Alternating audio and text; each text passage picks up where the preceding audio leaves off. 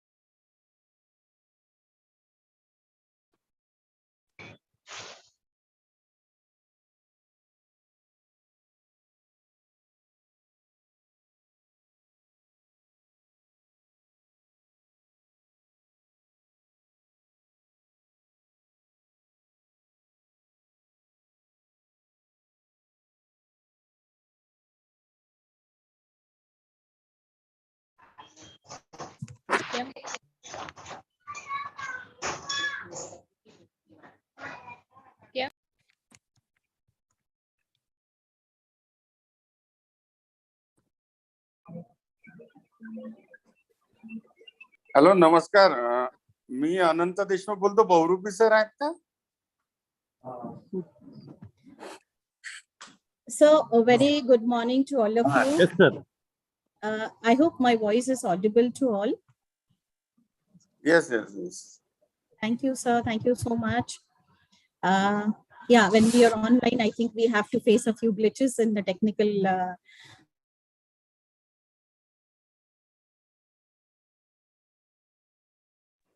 Yes. us one-day state level seminar, and on this occasion, we have with us quite a few participants who have joined us from all over, and some requests also have been made, which I would like to convey it to all the guests and keynote speakers, our resource persons, and our chairpersons for the technical sessions. That there have been a few requests from across asking if it is a state level, would we be able to join? So for that, I think we have given permission to all. That is a wonderful part of how participants across are eager to listen to our speakers, and because the brochure has it's mentioned on the name of the authorities who could speak on this topic. So I think it's a wonderful start for all of us. And with that, we begin with our formal session. We have with us our guests who have joined us.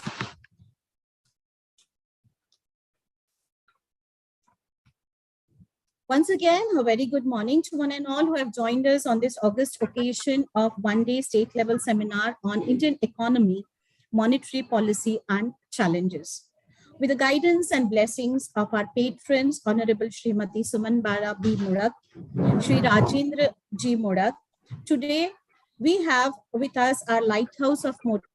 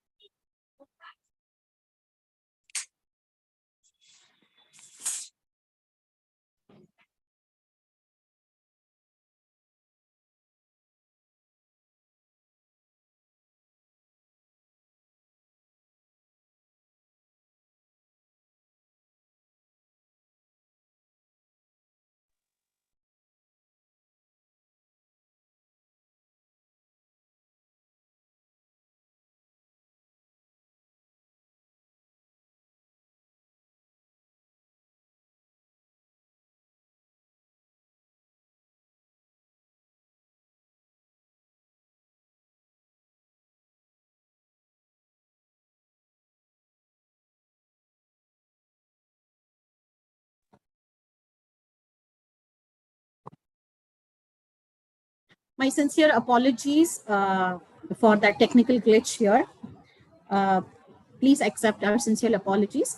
We have with us Dr. Anant Deshmukh sir, Chairperson for Technical Session 1. We welcome you, sir, on board. We are privileged and honored to have with us today Dr. Pramod P. Lonadkar, Head Department of Applied Economics, School of Social Science, Swami Ramanand Tirth, Marathwada University, Nanded. We welcome you, sir. Chairperson for the Technical Session 2 and Chief Guest of the Valedictory function. When are you going to start this? We have with us Dr. Samit Mahure sir, Associate Professor from PG Department of Economics, Rajasant Tukroji Maharaj, Nagpur University. We are pleased to have you, sir. We are honored to have with us Dr. Vibhuti Ranjan Mishra from Department of Humanities and Social Sciences, VNIT, with us today. On behalf of the organizing committee, Department of Commerce and Management, under the aegis of Seminar and Symposia Committee, I, Dr. Vinita Virgandam, IQAC Coordinator, welcomes all the dignitaries, scholars, guests, and faculties from all over Maharashtra. Dear all, I now invite Dr. Anita Mahavadiwar, Madam, for her introductory remarks. Over to you, ma'am. Thank you, madam. Very good morning to all. सर्वप्रथम वंदनीय राष्ट्रसंत तुकडोजी महाराज तसेच आमच्या संस्थेचे संस्थापक अध्यक्ष स्वर्गीय भाऊसाहेब मुळक यांच्या प्रतिमेला माझे विनम्र अभिवादन.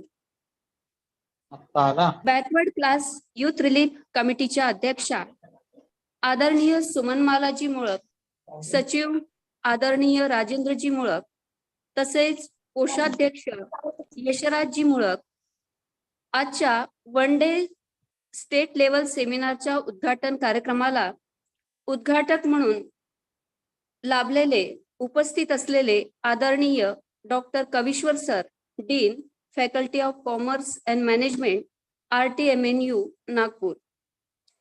आमच्या महाविद्यालयाचे प्राचार्य आदरणीय doctor George sir, IQAC coordinator doctor Vinita Virgandham madam, सेमिनारला उपस्थित आदरणीय प्राचार्यगण, सन्माननीय प्राध्यापक वृंद तसेच रिसर्च स्कॉलर्स.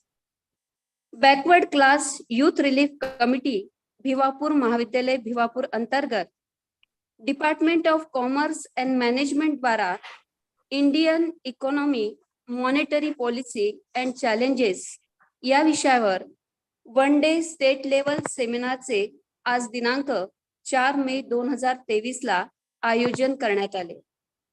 भिवापूर महाविद्यालय अंतर्गत असणाऱ्या वाणिज्य विभागाने आजपर्यंत वर्तमान परिस्थितीवर प्रकाश टाकण्याच्या दृष्टिकोनातून बऱ्याच कार्यक्रमांचं आयोजन केलेले आहे. त्यातील एक छोटासा प्रयत्न म्हणजे आजचा 1 डे स्टेट लेवल सेमिनार होय. प्रत्येक देशाचा विकास हा त्या देशाच्या सुदृढ अर्थव्यवस्थेवर अवलंबून असतो. देशाची अर्थव्यवस्था सुदृढ करण्यासाठी त्या देशातील आर्थिक धोरण हे प्रभावी असणं गरजेचं आहे. आर्थिक धोरण ही व्यापक संकल्पना आहे. आर्थिक धोरणाचाच एक भाग म्हणजे मौद्रिक धोरण, तर दुसरा भाग राजकोषीय धोरण. आर्थिक धोरणाचे अंतिम उद्दिष्ट साध्य करण्यासाठी व्याजदर, चलन पुरवठा आणि पत उपलब्धता यासारख्या परिणामांना समायोजित करण्यासाठी भारतीय रिझर्व्ह बँकेद्वारे नियंत्रित आर्थिक साधनांचा वापर म्हणजेच चलनविषयक धोरण किंवा मौद्रिक धोरण होय. भारतासारख्या विकसनशील देशातील मध्यवर्ती बँकेद्वारे गुणात्मक तसेच संख्यात्मक साधनांचा वापर करून मौद्रिक धोरणांची अंमलबजावणी केली जाते. अर्थव्यवस्थेच्या आर्थिक वाढीबरोबरच तेजी आणि मंदीवर नियंत्रण ठेवून चलनाच्या परिमाणात बदल करणे आणि किंमत स्थिरता ठेवणे हा प्रमुख उद्देश मौद्रिक धोरणाचा आहे. अर्थव्यवस्थेच्या दीर्घकालीन वाढीसाठी किंमत स्थिरता ही बाब गरजेची असते. किंमत स्थिरता सुनिश्चित करण्यासाठी महागाई नियंत्रणात ठेवणे आवश्यक आहे. भारतीय रिझर्व्ह बँक चलनवाढ लक्षीकरण सल्लामसलत प्रक्रियेत अतिशय महत्वपूर्ण भूमिका बजावते.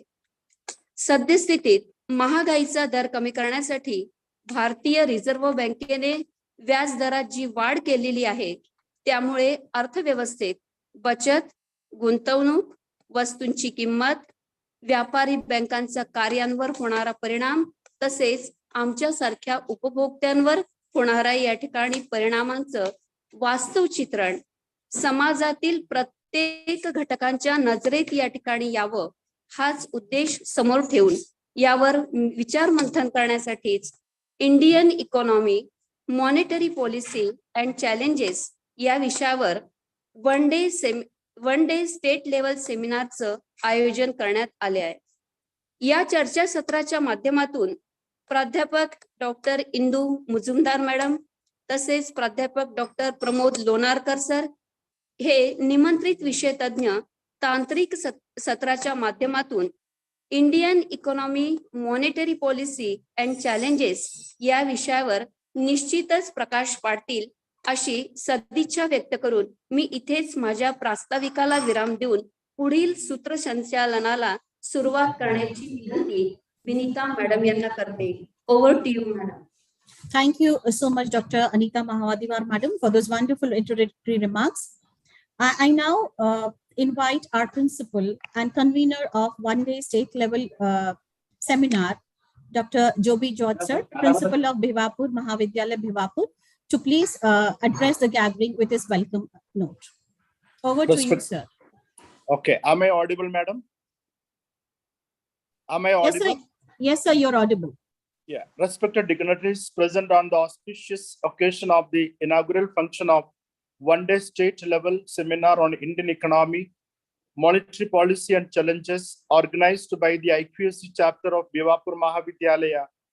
It is my pleasure and privilege to welcome the chief patrons of this one-day state-level seminar, Honorable Suman Balaji Bausak Mulak, the chairperson of BCYRC, Honorable Rajendra Ji Mulak sir, former Minister, Government of Maharashtra and the Secretary of BCYRC, Nagpur, and Honorable Sri Esraj B. Mulak sir, the Treasurer of BCYRC. At the outset, we are again honored by the graceful and august presence of our chief guest, inaugurator and keynote speaker, His Eminence, Honorable Dr. Sanjay Kavishwar sir, Dean, Faculty of Commerce and Management, RTM Nagpur University, Nagpur. Sir, we welcome you to this august gathering of scholars from across the state. I also take this opportunity to roll out a red carpet to welcome to our honorable resource persons, namely Dr. Indu Muzumdar Madam, Department of Commerce, RTM Nagpur University, Nagpur. It is my pleasure to welcome Honorable Dr. Pramod P. Lonarkar sir, Head, Department of Applied Economics, School of Social Science, Swami Ramanand Tirth, Marathwada University, Vishnupuri, Nanded, Maharashtra. I take this occasion to extend a hearty welcome to the chairperson of the first technical session, Honorable Dr. Anand Deshmukh sir, Head, Department of Commerce and Management, RTM Nagpur University, Nagpur. It is my pleasure to welcome the chairperson and the chief guest of the second technical session and the valedictory function respectively, Honorable Dr. Samit L. Maharis sir, Associate Professor, Postgraduate Department of Economics, RTM Nagpur University, Nagpur. It is my honor to welcome Honorable Dr. Bibhuti Ranchan Mishra sir, Department of HSS BNIT, Nagpur. Being the principal of Bivapur Mahavidyalaya, it is my pleasure to welcome the IQAC coordinator of the host institution, Honorable Dr. Vinida S. Virgandam, to this august gathering. It is also my pleasure to welcome the organizing secretaries of this one-day state-level seminar, Dr. Anita Vivek Mahabhagwar Madam, Head, Department of Commerce, Bivapur Mahavidyalaya, and Assistant Professor Dr. Rajesh Bahurbi sir, Department of Commerce, Bivapur Mahavidyalaya.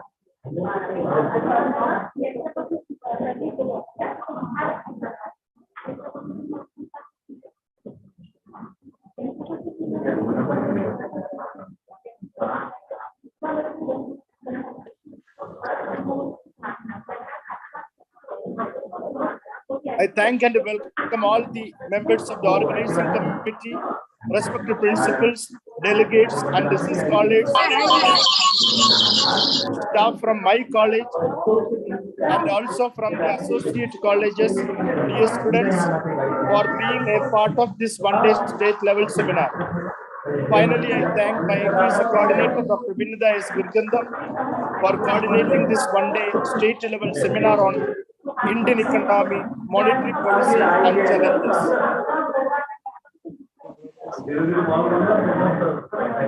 The entire education system in the country today undergoes a series of changes.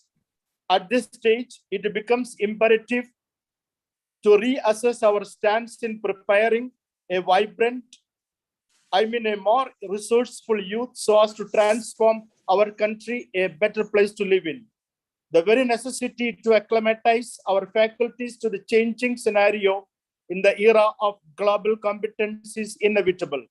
The new education policy highlights and proposes core values and ethics to be followed by teachers and students alike. Multidisciplinary and holistic development with collaboration at all the levels of imparting knowledge is a must. This one-day state-level seminar aims to deliberate upon the effects of monetary policy of Reserve Bank of India on investments, savings, price control, and so on and so forth. Monetary policy is the use of monetary instruments controlled by Reserve Bank of India to adjust magnitudes such as interest rates, money supply, and credit availability in order to achieve the ultimate goal of economic independence. The purpose of the monetary policy is to control price stability while pursuing growth. Price stability remains a prerequisite for long-term growth. Inflation must be kept in check to ensure price stability.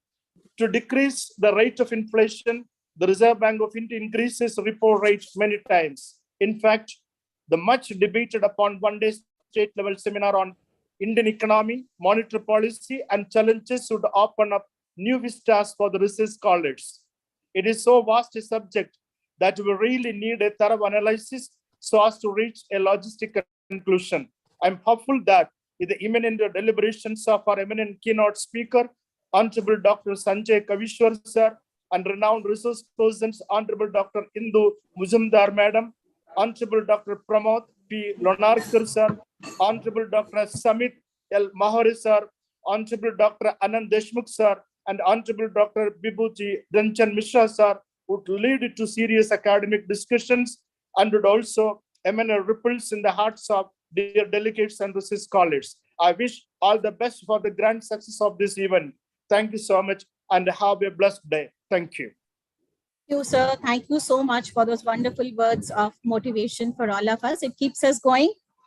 And with this, we are into the inaugural session. India and its growth owes to the policy it adopts. It's imperative here to mention the latest budget encompassing environment concerns, geopolitical shifts, and more.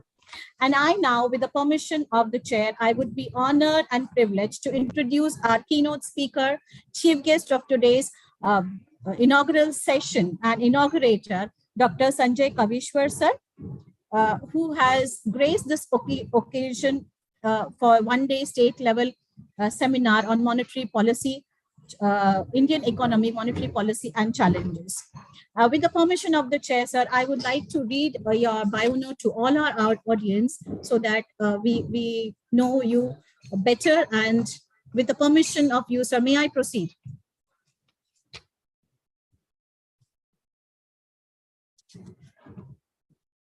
Thank you. I take it as a yes from you, sir. I think you haven't unmuted yourself. Yes, And with sure, your permission, sure.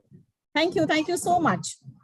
Yes, dear participants, colleagues, delegates, and all my faculty members from across disciplines and from commerce and management, from departments of economics, all our guests, I would like to introduce Dr. Kavishwar sir to all of you.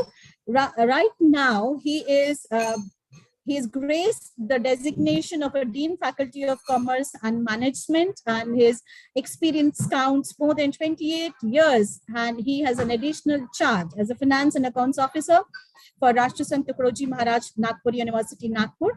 His educational qualifications are huge, but still I would, with the permission, again mention it all to all our August gathering here. Sir has completed his PhD in Business Economics and Faculty of Commerce from Rashtra Sant Tukadoji Maharaj, Nagpur University in 2003 on the topic Analytical Study of Labor Laws with reference to child labor in Nagpur city. Sir has an MBA from Yashwantrao Chauhan Maharashtra Open University, Nasik with a first division, and his dissertation is titled as Analytical Study of Working Capital Management at Sunflag Steel Limited. Sir has passed his state-level eligibility test SLET for lecturers conducted by Pune University in January 1995, passed his NET in 1994, his intermediate examination of CWA in September 1992. Sir has a postgraduate degree in economics from Rashtra Sant Tukadoji Maharaj, Nagpur University in winter 1993, has his MCOM, that is another post-graduation from Rashtra Sant Tukadoji Maharaj with a distinction in summer 1993, and sir has completed his BCon from Rashtra Sant Tukadoji Maharaj, Nagpur University in 1991. His professional strengths possess logical critical thinking abilities. He is updated about the regulations with regard to commerce and management education in India. Sir possesses good communication skills to impart quality business education through innovative pedagogical tools. Sir possesses capabilities to effectively plan, execute innovative co-curricular activities for the all-round development of students, and has a sound knowledge for effective human resource management at B School. Sir has attended numerous faculty development programs at management institutions of repute such as IIML, IIMC, IIFT, XLRI, ICFI, NMIMS, etc., and has a strong network with university, faculty, and college teachers in the Department of Commerce and Management. And Sir is proficient with all the technical tools and devices that are required for a professor. With the professional experience, Sir is still working with Rashtrasant Tukaroji Maharaj Nagpur University. And Sir has been a dean and professor with Tirupuri Institute of Management Education, formerly known as DMSR, Tirupuri College of Social Work, which is affiliated to RTMNU and which offers full-time MBA programs approved by AICTE. Sir has achieved milestones in the field of education and especially in the field of commerce and management. Sir worked as a financial advisor to Golcha Advertising Private Limited from March 1995 to June 2000, and he was a visiting faculty with GS College of Commerce and Economics from August 1993 to 2000. Sir has published many books, a few of which I would like to mention here. Business Procedures and Practices, the publication house is S. Chand and Company, New Delhi. Sir has published another book titled Evolution of Business and Commercial Geography by Seth Publishers, Mumbai, and a few more with national publishers. Sir has, to his credit, 29 research papers in different genres of commerce and management. He has 2 research projects, which is a survey on expectations and effective policing in Mira Bhayandar, sponsored by Thane Rural Police, and a survey on expectations and effective policing in Vasai Virar, sponsored by Palghar Police. His professional linkages include as a life member of Indian Commerce Association, life member Vidyapeeth Section Manch affiliated to ABRSM New Delhi, and he's a member of Decision Sciences Institute. And his notable achievements: acting as an approved guide for PhD at Rashtrasant Tukaroji Maharaj Nagpur University, Nagpur. Under his supervision, 9 students have been awarded doctoral degrees. As a resource person for training programs organized by National Sample Survey Organization. He's a resource person for training programs organized by National Academy of Defense Production. He's a resource person for orientation, refresher lectures organized by Rashtrasant Tukaroji Maharaj Nagpur University.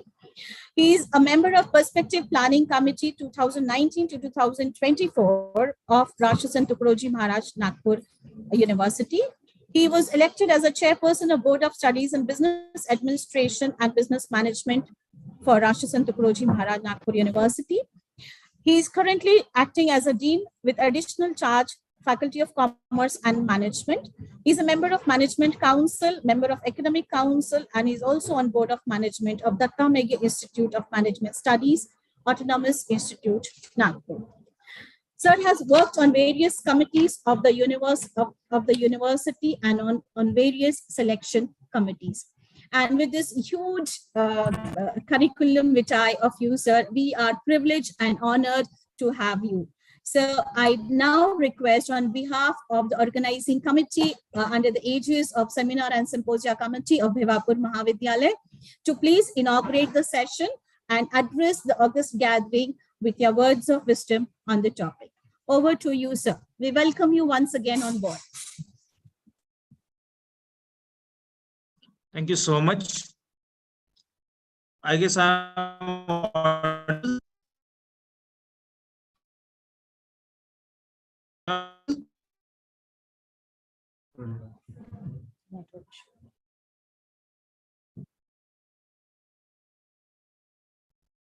Am I audible? So right now you're audible, but before this it was quite Okay. Okay. At the outset, I seek blessings of Vandaniya Rashtrasant Tukaroji Maharaj, dignitaries present for this inaugural function of one-day state-level seminar on Indian economy, monetary policy and challenges. Dr. Joby George, principal of the institute, the learned resource persons, the chairpersons for various technical sessions, and my dear friends. Let me congratulate the organizers first for having organized this wonderful seminar on a very relevant theme. When actually the higher education system is at the crossroads, and we are geared up for implementation of National Education Policy 2020. And these kind of subjects, I mean, the churning of thoughts of academicians and academic leaders on these kind of subjects is definitely going to bring in a lot of inputs, is definitely going to bring a lot of value to the education. And for that, I must congratulate the organizers and thank at the same time for giving me an opportunity to share my views on the same. Let me first complete the job for which I was invited, that I declare that this seminar is inaugurated, and I wish all the best to the organizers for successful completion of this seminar. Okay. Thank you so much, sir. Listen, we are having this seminar, or we are having this discussion in the pretext of post-COVID economy. And we all have learned a lot of things out of that shock and that economic slowdown. And this was not the only one unprecedented slowdown. We have seen many. Our forefathers have seen many economic slowdowns. So economic slowdowns and upward movements is a cycle. So nothing very unusual, nothing very great, nothing very unprecedented in that. But the question is, what do we learn out of this? We are not going to discuss the academics of monetary policy and what monetary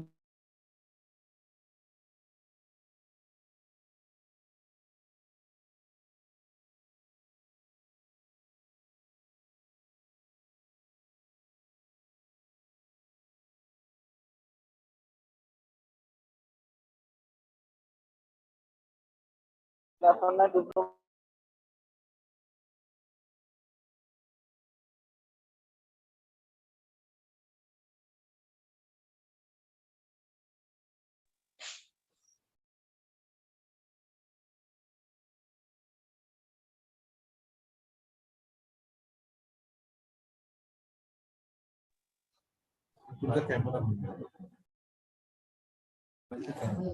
Sir, we are unable to hear you.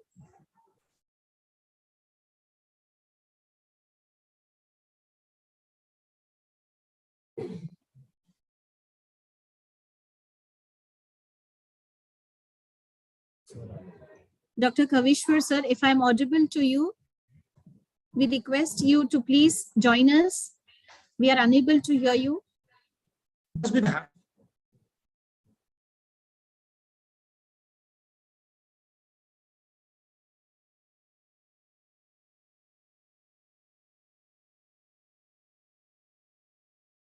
This problem with the connectivity. I'm audible now? Okay, okay. Yes, sir. Yes, There is sir. some You are audible technical- right now. Yes, there is some technical glitch at my end. I'm sure. Please That's accept my okay, sir. I apologies think for the we'll same. overcome it. I think So, we would wish to listen to you. Please continue. With advanced economies facing the likelihood of entrenched inflation alongside a growth slowdown, policy objectives, operating instruments, as well as issues like central bank accountability mechanisms, because that is going to be a bigger challenge in the times to come. The accountability of central bank mechanisms will potentially need to be relooked, and hence we have a very foremost challenge to have a relook at the accountability of the central bank mechanisms. Quantitative easing program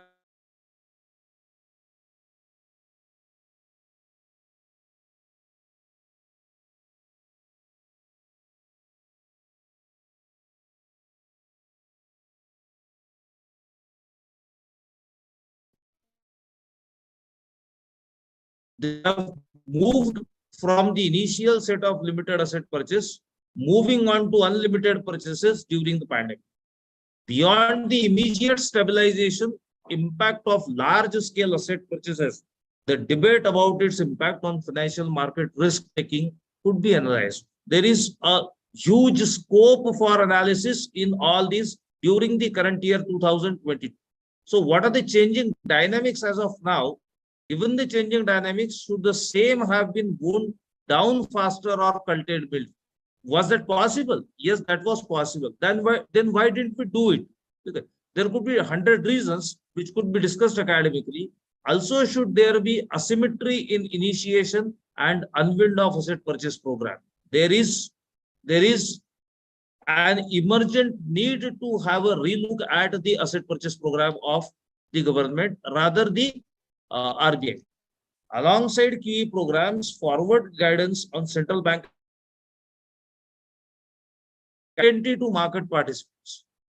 Forward guidance in both forms, conditional as well as unconditional, have been misconstrued as tying up the central bank's hand.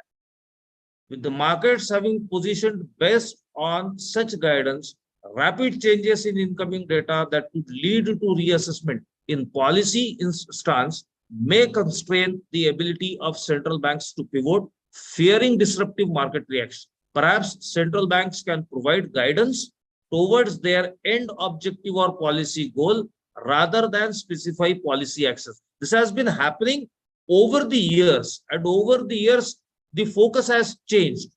Instead of talking about policy goals, instead of talking about policy objectives, the central bank has started focusing on the policy actions.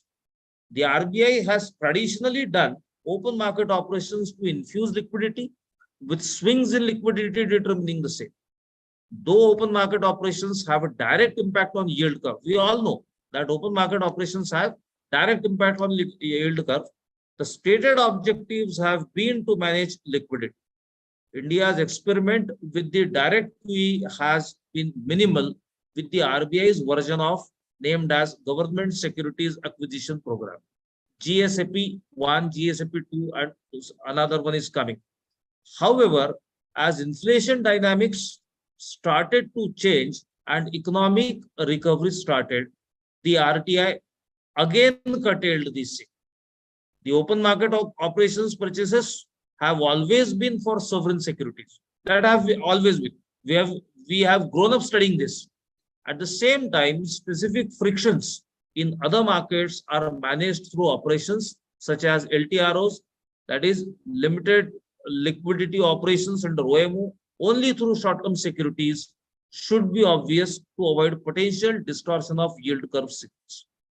The monetary policy statement continued to provide forward guidance on an accommodative stance, especially in the easing phase during COVID. The same has been discontinued with uncertainties in the tightening phase. Withdrawal of accommodation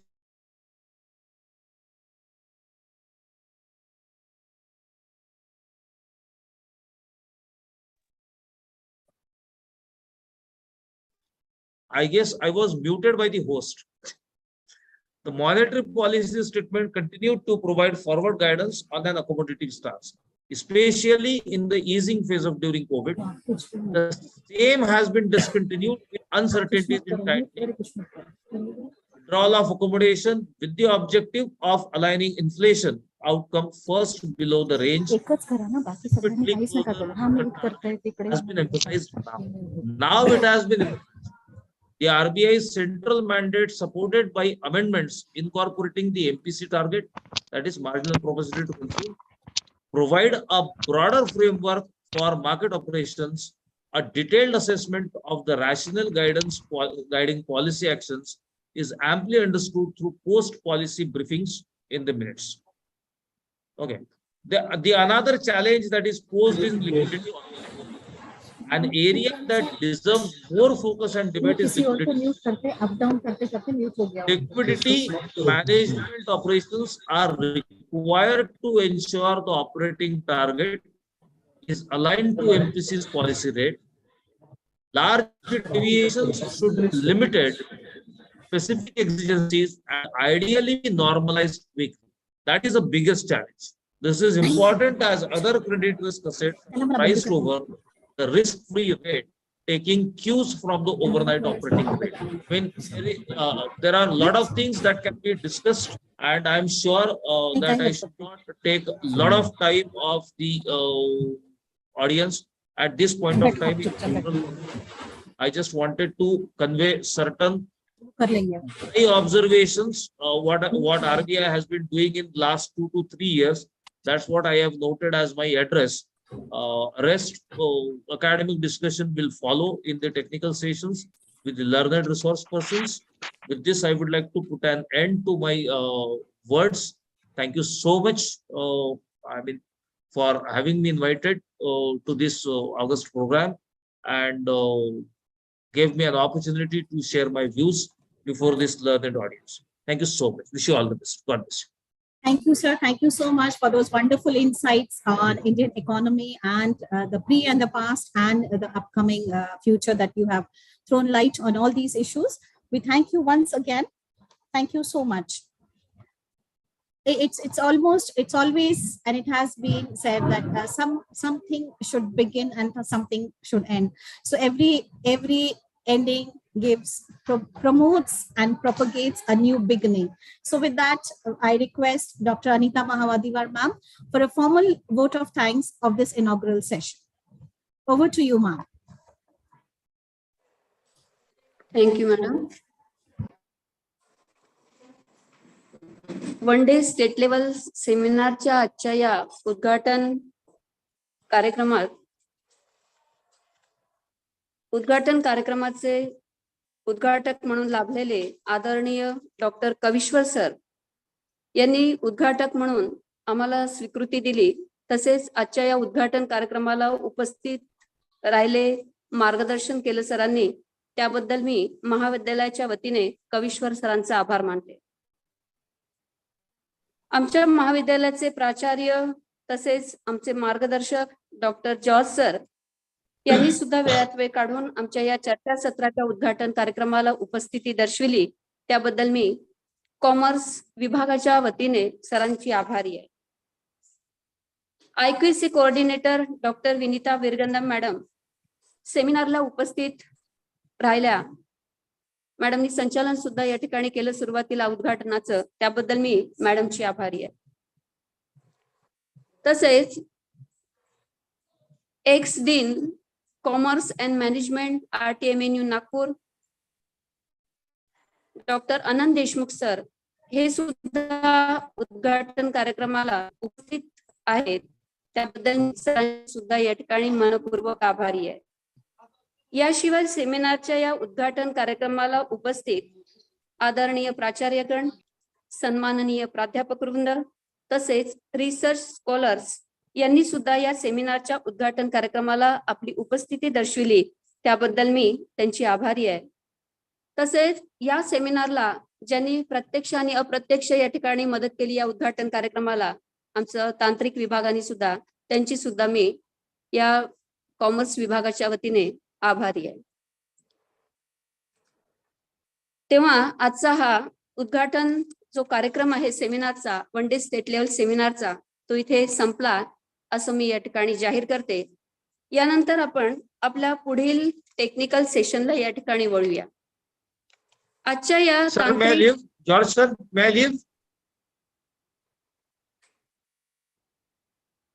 okay, thank you so much. Thank you, sir. Thank you.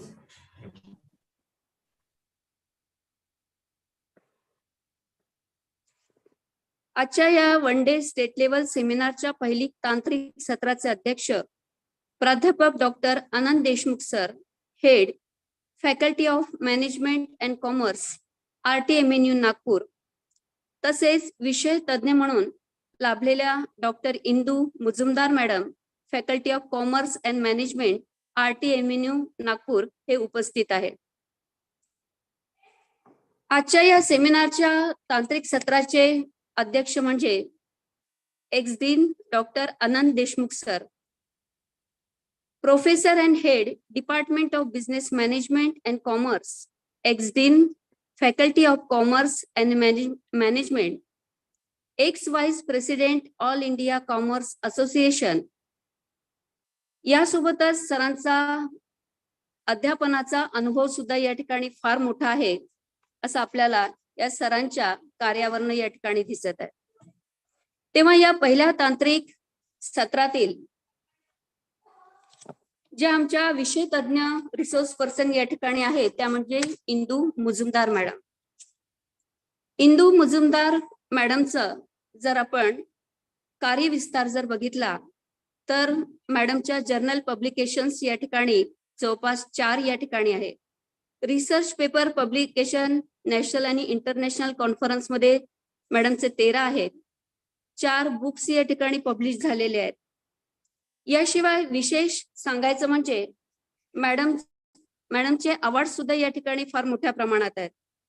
पहिला award म्हणजे awarded best teacher award by Rotary Club of Pune and Ajinkya DY Patil university Pune in 2016. Best teacher award by Rotary Club of Pune 2015. Best paper presented, second prize at International Seminar on Strategic Alliances of Sustainable Competitive Advantage held by Sinhagad Institute of Business Administration and Research, February 2010. याशिवाय मॅडमचा extra curricular activities तसेच अध्यापनाचा सुद्धा अनुभव या ठिकाणी चांगला आहे. आमच्या commerce आणि मॅनेजमेंट या विभागात येणाऱ्या बऱ्याच या ठिकाणी विषय मॅडमच्या अध्यापनाखालून गेलेले आहेत. तसंच मॅडमचं रिसर्च, ट्रेनिंग अँड प्लेसमेंट याच्यात सुद्धा या ठिकाणी फार मोठा सहभाग या ठिकाणी असलेला आपल्याला दिसून येतो. तेव्हा मॅडमचा जो या ठिकाणी विषय आहे तो विषय म्हणजे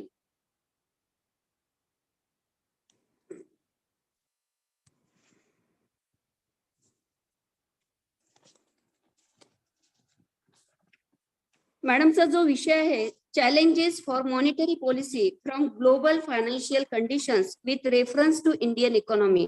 तेव्हा मॅडम या तांत्रिक सत्राला सुरुवात करतील अशी मी मुजुमदार मॅडमला विनंती करते. Thank you so much, ma'am. Just to confirm whether I am audible, माझा आवाज ऐकू येतोय का? Am I clear? Yes, madam. So before starting the session, let me thank all the honorary members on the dais, the committee members of this program, for giving me this opportunity to be the speaker for the first session. It is a very interesting seminar because in today's world, आजच्या काळात जे आहे economy हा एक महत्वपूर्ण भाग आहे. It is a very important concept because today in today's world when we talk about economy, it is not only a single country's economy, it is the world economy. Today the economy is not decided by the country itself. It is affected by what is happening around the world. That's why I took up this topic for my speech, that is challenges for monetary policy from global financial conditions with special reference or with special reference to the Indian economy. Now with your permission, let me share the small PowerPoint presentation that I have made. And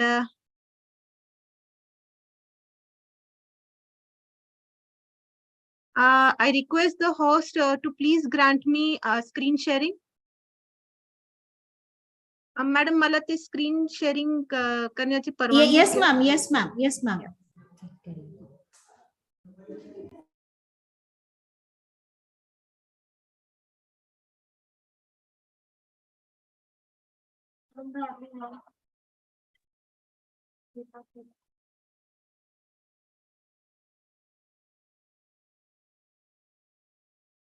Now, when I ask the organizers, I know there is a mixed crowd. मी हे जे आजचे participants आहेत ते फक्त faculty members नाहीये, पण त्याच्यामध्ये research scholars पण आहेत आणि खूप प्रमाणे स्टुडंट्स पण आहेत. So I will try to to channelize my speech in a way that it is understandable right from the basic, and we will culminate with what is the current situation in the world economy and how it can or will or is affecting the Indian economy, and how the monetary policy can make us enough strong in order to sustain whatever turbulence there is in the world economy. So let me I'll try to share the screen once again.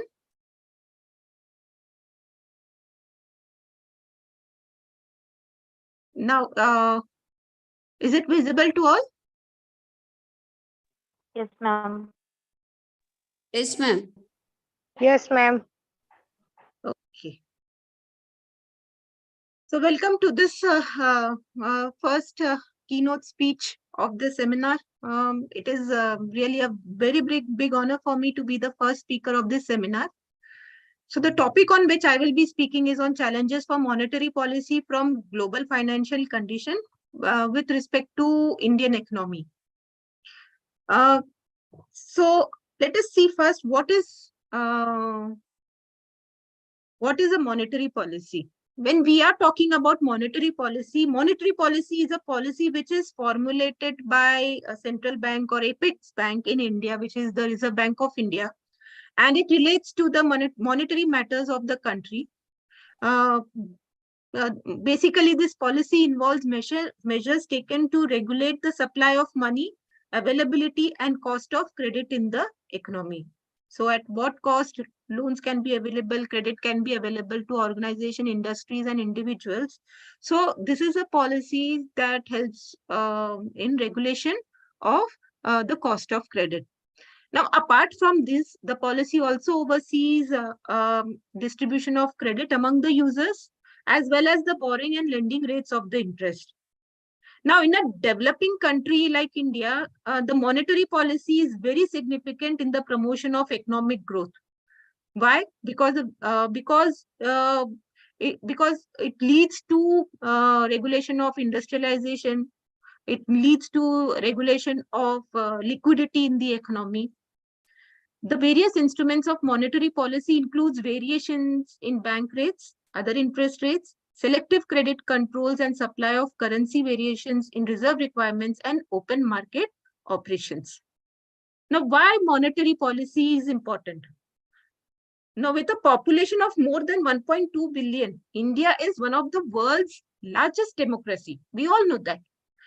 Over the past decade, the country's integration into the global economy has been accompanied by economic growth, and India has now emerged as a global player in all fronts. Now, as the chief guest of this seminar, Dr. Kavishwar sir has rightly pointed out that previously, when the hello, yes, there was some interruption. Is there any hello? Yes, ma'am. Yeah, any problem, ma'am? There was some interruption. No, ma'am, there's no problem at all. Okay. And you can Now, I continue. request all the participants that if there is any query or any comments, kindly put it in the chat box. My chat box is open, so we can take it up once the the keynote speech is over. Can I request the participants to do that? So you can always chat back, and then we will come back to whatever your queries are or whatever inputs that you want to put in, and then we will put it in the speech today. Okay, thank you so much. So as I was saying, now there was a point when the global economy was recovering amidst the resurgence of COVID-19. Then also we saw the rapid spread of Delta variant and threats of new variant. Now what has happened? Because of this pandemic situation, there was an increase of uncertainties. Now, this also made policy choices very difficult. There were multi-dimensional challenges with subdued employment growth, rising inflation, food insecurity, setback of human capital accumulation. Now, in such a situation, there was very little room to maneuver. But When we talk about India during the first and second waves of COVID-19, it reacted with very different policy measures, starting from full national lockdown to localized lockdown. Also, measures with phased reopening of economic activities was implemented. Now, but despite all the dynamic policy support, the aftermath of the pandemic has led to a very deep and broad-based economic downturn, which could only be recovered gradually. When we talk about India prior to COVID, the COVID shock was already slowing with growth at 4.4% in financial year 2019-20. But which was reflecting a decline in the private domestic sector. At the start of the pandemic, Indian policymakers and authorities had to undertake regulatory measures, several emergency measures in both fiscal as well as monetary front in easing liquidity and implementation of many regulatory measures for the financial sector, as well as credit and debit relief programs for borrowers were announced along with structural reforms. After the real GDP contracted in financial year 2021 due to the COVID-19 pandemic, growth bounced back strongly in financial year 21-22. Now, this was due to because of accommodative monetary and fiscal policies and wide vaccine coverage. Consequently, in the year of 22, India emerged as one of the fastest growing economies in the world, despite significant challenges in the global environment. Growing economy, is it good? Or is it bad? Now, when we talk about growing economy and advanced economy, what comes in mind is a glass which is half full and which is half full with water and which is completely full with water. When the glass is half full, there are more chances for us to grow in that front. There are more chances to pour in more water, to bring in more changes. When the glass is fully full, the changes of flexibility, it minimizes. India has got a very resilient economy. Now,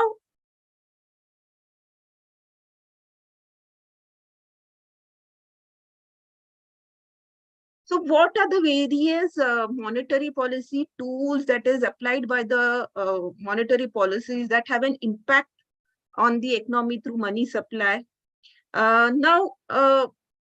The tools applied by the policy that impact money supply in the economy, including sectors such as manufacturing, agriculture, automobile, housing, etc.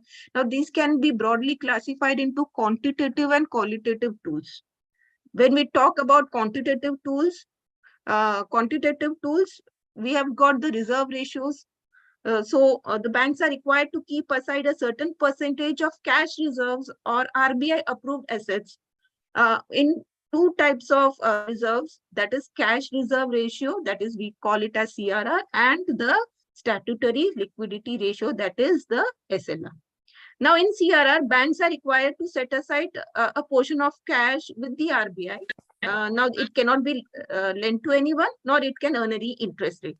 Whereas in SLR, banks are required to set aside a portion in liquid assets, such as gold or RBI approved securities. Now, the banks can earn interest rate on these securities. The second option is the open market operations. So, in order to control the money supply, the Reserve Bank of India buys and sells government securities in the open market. Now, these operations are conducted by central bank in the open market and are referred to as the open market operations. So here, when the RBI sells government securities, the liquidity is sucked from the market, and the exact opposite happens when the RBI buys the security. So the latter is done when the RBI buys the security. It is done to control the inflation. Now, the basic objective of open market operation is to keep a check on temporary liquidity and the mismatches in the market owing to the foreign capital flow. Qualitative tools, when you talk about qualitative tools, The qualitative tool we can broadly, which have a direct effect on entire economics money supply, comes under the qualitative tools. Now, these tools are very selective tools and have an effect in the money supply of a specific sector of the economy. So, when we talk about qualitative tool, we can put in the margin requirements. Now, what are margin requirements? The RBI prescribes a certain margin against collateral, which in turn impacts the borrowing habit of the customers. Moral persuasion, in which the bank convinces in which Reserve Bank of India convinces bank to keep money in government securities rather than certain sectors, and also selective credit control, whereas controlling credit by not lending to selective industry or speculative business. Apart from this, there are market stabilization schemes.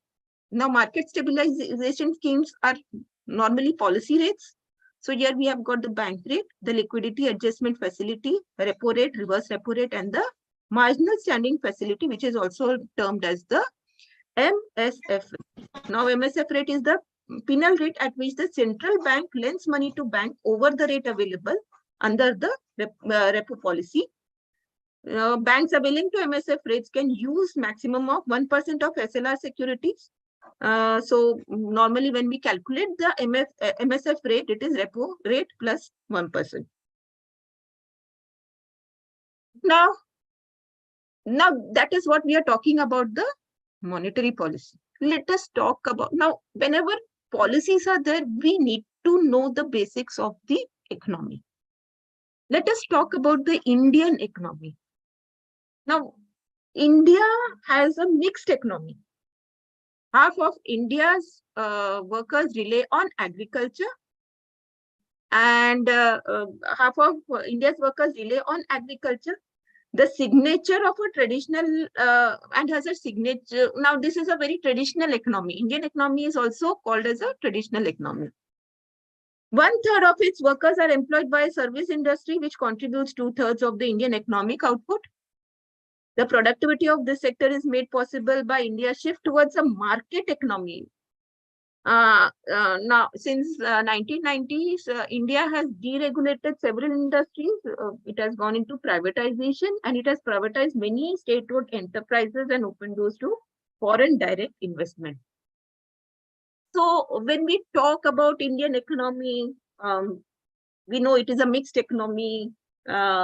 Basically, half of the workers, they rely on agriculture. The cost of living in India is lower than in United States of America. The Indian middle class is bigger than the US middle class.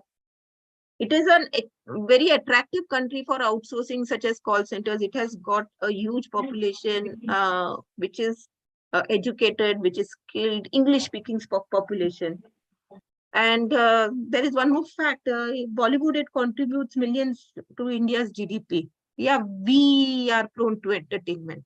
So this is a gist of the Indian economy. Let us see the Indian economy today and tomorrow. Financial deficit as a percent of GDP in 2021-22 was 6.7. 22-23, it is 6.4. The foreign exchange reserves in 21-22 was $607 billion, whereas in 22-23 it is $563 billion. The inflation rate in 2021-22 was on an average 13.0, whereas in 22-23 it has reduced to 11.5, though still on the higher side. The service sector, there is a growth that we can see in the service sector. Now, this can be attributed to we being the major players in earlier in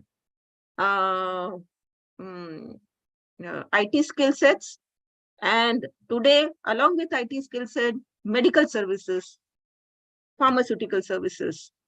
So that we can see a growth of 8.4 from into 2021 from 8.4 to 2022 to 9.1. Agriculture and allied activities have increased marginally from 3.0 to 3.5 into 0.2223. Industrial growth has shown a decrease from 10.3 to 4.1. Now, this can be attributed to the economic world, economic scenario, a very uncertain worldwide experience, worldwide phenomena, including a resurgence of the COVID in China, the Russia-Ukraine war, the other instabilities going around the world.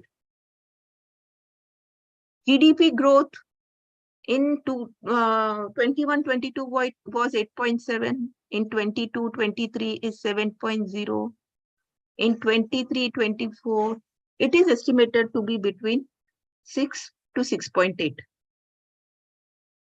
Yes. Why? Because we are affected by what is going around in the world. Now, Center for Economics and Business Research has reported, according to the Center for Economics and Business Research, a global recession will start in 2023. Now, this global recession is also predicted by other agencies as well. Now, it will begin in 2020. New borrowing costs put in place to fight inflation caused several economies to shrink. According to the British consultancy's annual World Economic League table, the global economy topped $100 trillion for the first time in 22, but will halt in 23 as the governments continue to struggle against growing costs.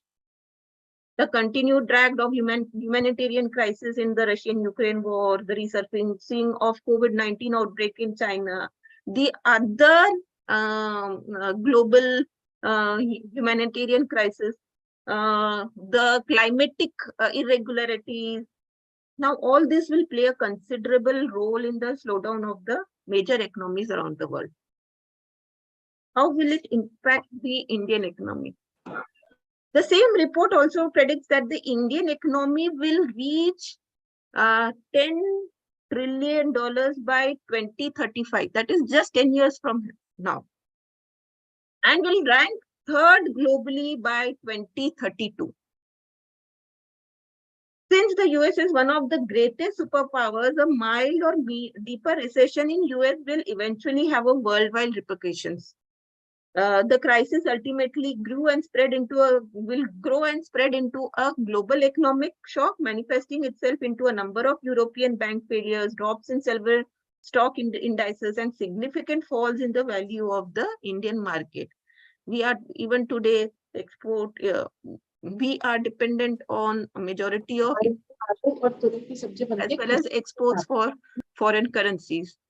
Given that Indian businesses have significant outsourcing agreement with the US clients, a slowdown in the US economy will undoubtedly be a terrible news for India.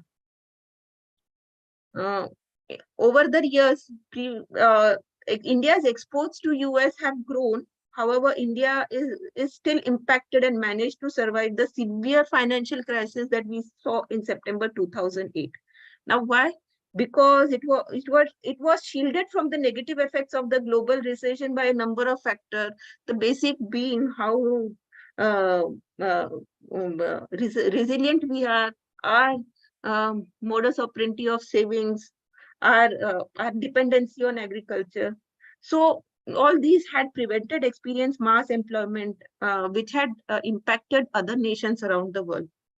And hopefully, even though it is predicted that there will be a recession in the coming years, India, because of its various policies, because of its various cultural attributes, it is expected that we will be in a stable condition. Now, let us see how the RBI monetary policy of 2023. So the main focus of RBI monetary policy of 2023 was on the promotion of saving and investment.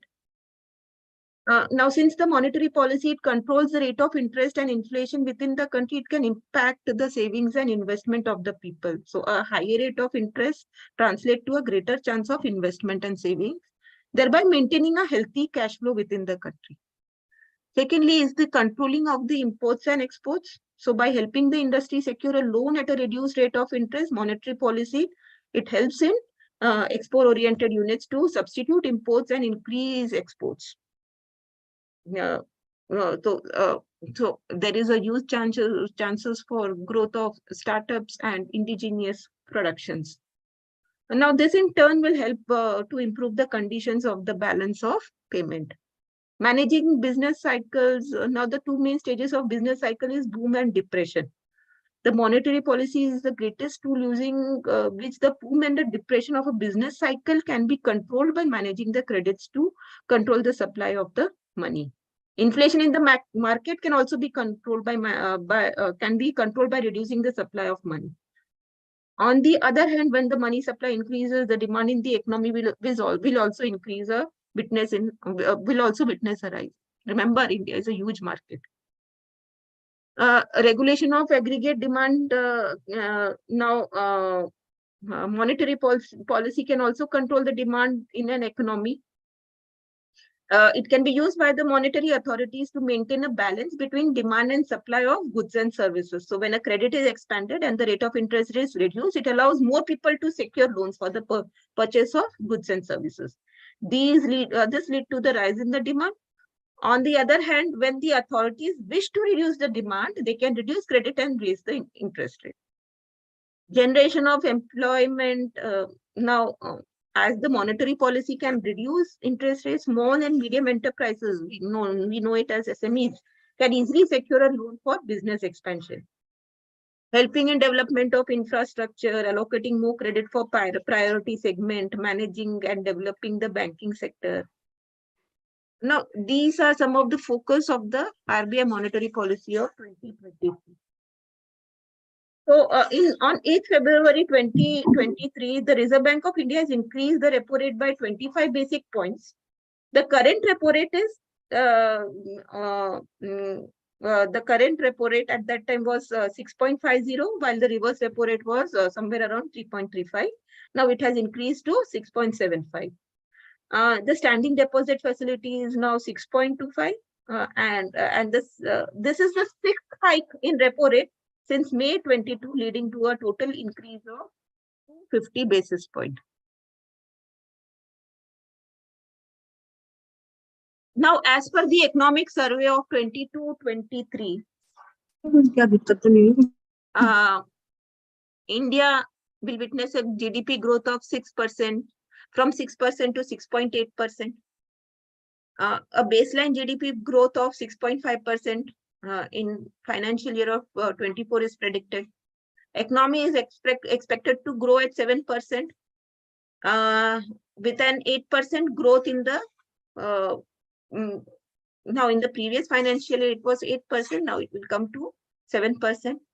Credit growth to micro, small, and medium enterprise sector has been remarkably high, over 30.5%.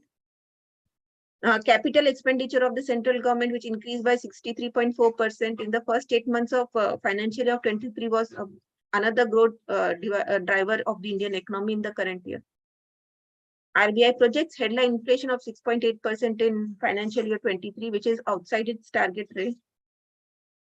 There will be a return of migrant workers to construction activities, which help in housing market, which will witness a significant decline in inventory overhang to 33 months in the Q3 of the financial year 2023 from 42 months last year. Surge in growth of exports in financial year 22 and first half of 23 induced a shift in the gears of the production process from mild acceleration to cruise mode. Private consumption as a percentage of GDP stood at 58.4% in Q2 of 2023, the highest among the second quarters of all the years since 13-14. Now, this is supported by a rebound in contact-intensive services such as trade, hotel, and transporting. So there is an increase in tourism. There is an increase in service-oriented requirements. Survey points to the lower forecast for a growth in global trade by the World Trade Organization from 3.5% in 22 to 1.0% in 2023. Now, the optimistic growth forecast stem from a number of positives like the rebound of private consumption, given a boost to production activity, higher capital expenditure, near universal vaccination coverage, enabling people to spend on contact-based services such as restaurant, hotel, shopping malls, cinemas, as well as the return of migrant workers to cities to work in construction sites, leading to a significant decline in housing market inventory. Now, there has been a strengthening of balance sheets of the corporate as well as capitalized public sector banks ready to increase the credit supply and credit growth to micro, small, and medium enterprises. Now, all these has been possible only because of the robust monetary policy that has been put into activation by the Reserve Bank of India. Now, with this, let me come to an end to my keynote speech. Thank you so much. And now I hand over the podium to the comparer. Thank you madam. या तांत्रिक सत्राबाबत कोणाला काही प्रश्न जर असतील तर ते विचारू शकतात.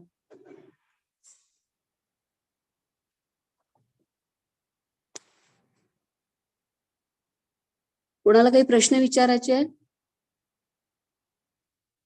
पार्टिसिपंट्स.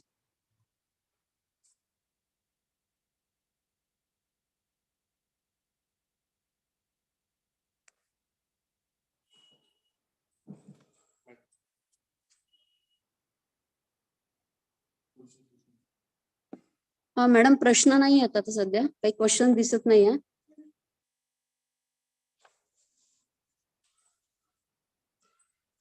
तर आजच्या या पहिल्या तांत्रिक सत्राचे अध्यक्ष doctor Anand Deshmukh sir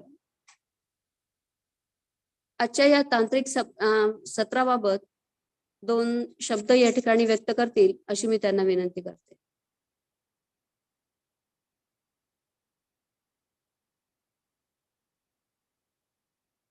Deshmukh sir.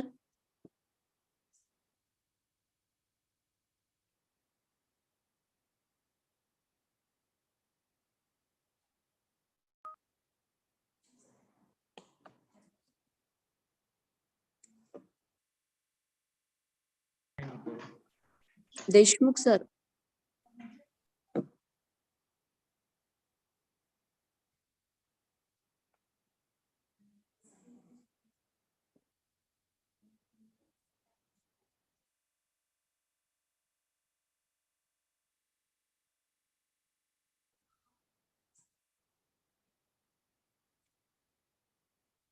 Deshmukh sir.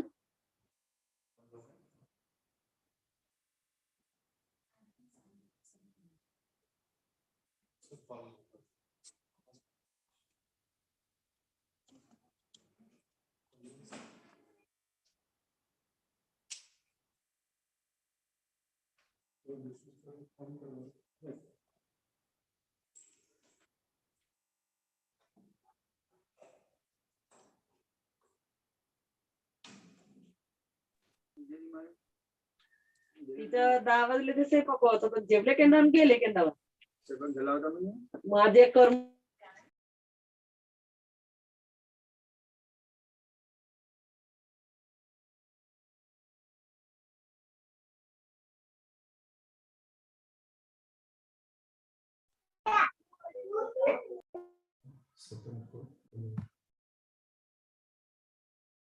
We request the participants to stay with us as Dr. Anand Deshmukh sir is joining us in a few minutes.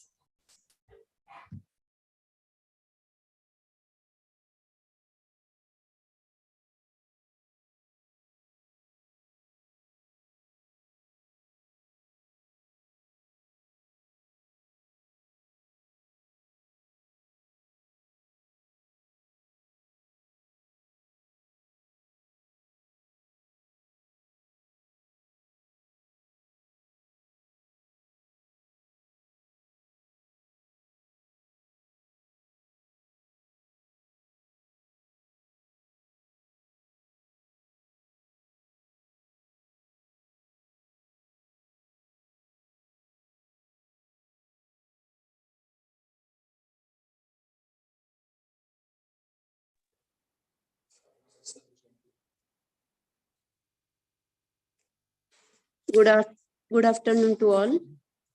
दुसऱ्या तांत्रिक सत्राचे अध्यक्ष तसेच समारोपीय कार्यक्रमाचे प्रमुख पाहुणे प्राध्यापक doctor Sameer Mahure sir, post graduate department of economics RTMNU Nagpur. तर या दुसऱ्या सत्राचे रिसोर्स पर्सन आहेत डॉक्टर प्रमोद लोणारकर, स्वामी रामानंद तीर्थ मराठवाडा युनिव्हर्सिटी नांदेड हे आहेत. त्यांच्या या दुसऱ्या सत्रातील विषय आहे सरांचा monetary policy and price control. तर सेमिनारच्या या दुसऱ्या सत्रातील अध्यक्ष प्राध्यापक डॉक्टर समीर माहुरे सर यांचा शैक्षणिक अनुभव लक्षात घेता सरांनी आपल्या या शैक्षणिक कालावधीत बरचसे या ठिकाणी कार्य केलेलं दिसून येते. माहुरे सरांचा टीचिंग एक्सपिरियन्स आहे एकूण 18 वर्षाचा. सरांचा रिसर्च एक्सपिरियन्स 15 वर्षाचा या ठिकाणी आहे.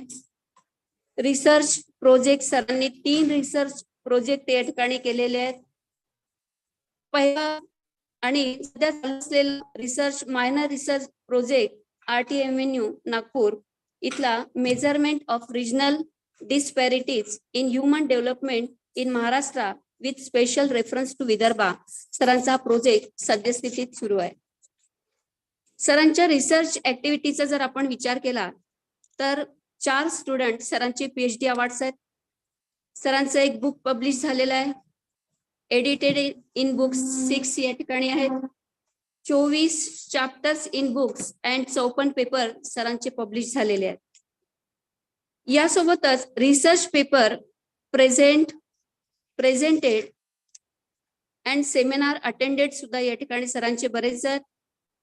सर सेशन चेअर किंवा कीनोट स्पीकर म्हणून 9 ठिकाणी गेलेले आहेत. सरांनी चेअर केलेले आहेत. सरांनी international seminar 12 international seminar participate केलेले आहेत. 30 नॅशनल आणि 12 रिजनल सेमिनार्स.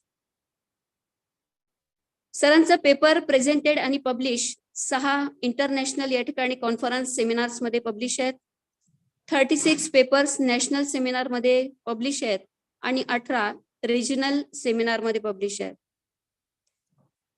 सरांनी कोर्सेस अटेंड या ठिकाणी 30 वर्कशॉप रिफ्रेशर यासारखे बरेचसे या ठिकाणी अटेंड केलेले आहेत सरांनी. याशिवाय सरांच्या अदर अचीवमेंट सुद्धा या ठिकाणी बऱ्याच आहेत.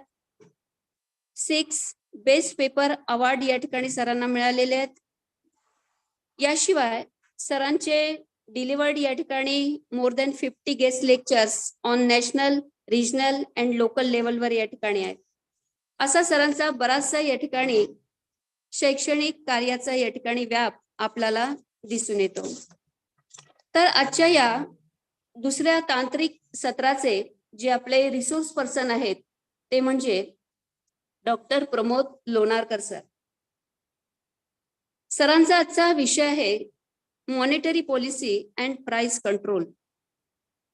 सरांचा सुद्धा या ठिकाणी अध्यापनाचा बराचसा या ठिकाणी अनुभव आहे. रिसर्च या ठिकाणी सरांचं बरचसं या ठिकाणी झालेलं आहे. 8 पेपर सरांनी UGC लिस्टेड जर्नल मध्ये या ठिकाणी पेपर प्रकाशित केलेले आहेत. ISSN जर्नल मध्ये 3 पेपर प्रकाशित केलेले आहेत. चॅप्टर इन बुक्स सरांचे 2 या ठिकाणी आहेत. कॉन्फरन्स प्रोसिडिंग मध्ये सरांनी 6 पेपर या ठिकाणी पब्लिश केलेले आहेत. कॉन्फरन्स सेमिनार वर्कशॉप सिम्पोजिया मध्ये सरांनी 9 पेपर या ठिकाणी पब्लिश केलेले आहेत. याशिवाय रिसोर्स पर्सन म्हणूनही सर बऱ्याच ठिकाणी गेलेले आपल्याला दिसून येते.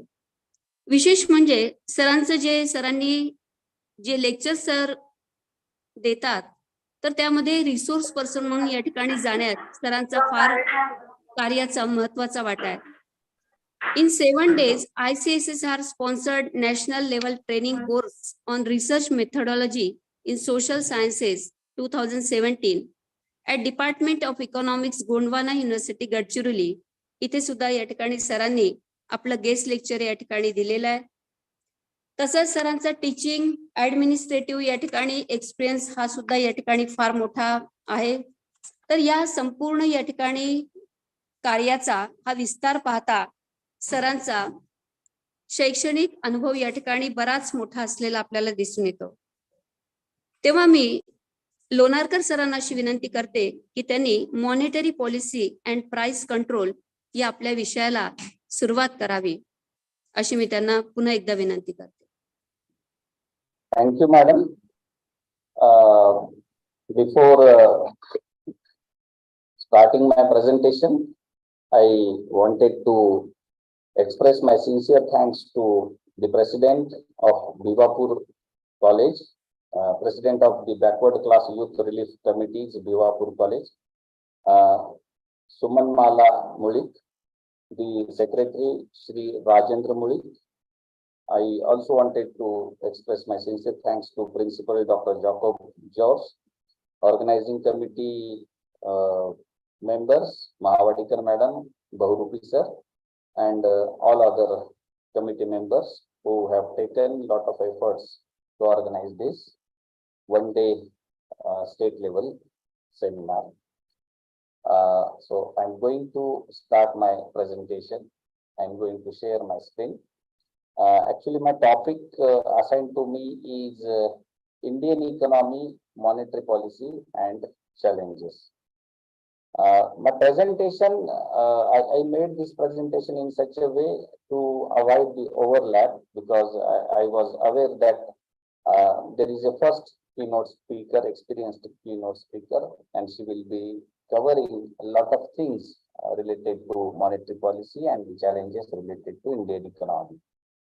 So I made this presentation in such a way that where I am going to focus mostly on the theoretical background of the monetary policy, and then I will come to the Indian economy's current situation, and at the end I will discuss on the challenges that the monetary policy makers are facing related to achieving the certain goals that the economy is intended to achieve.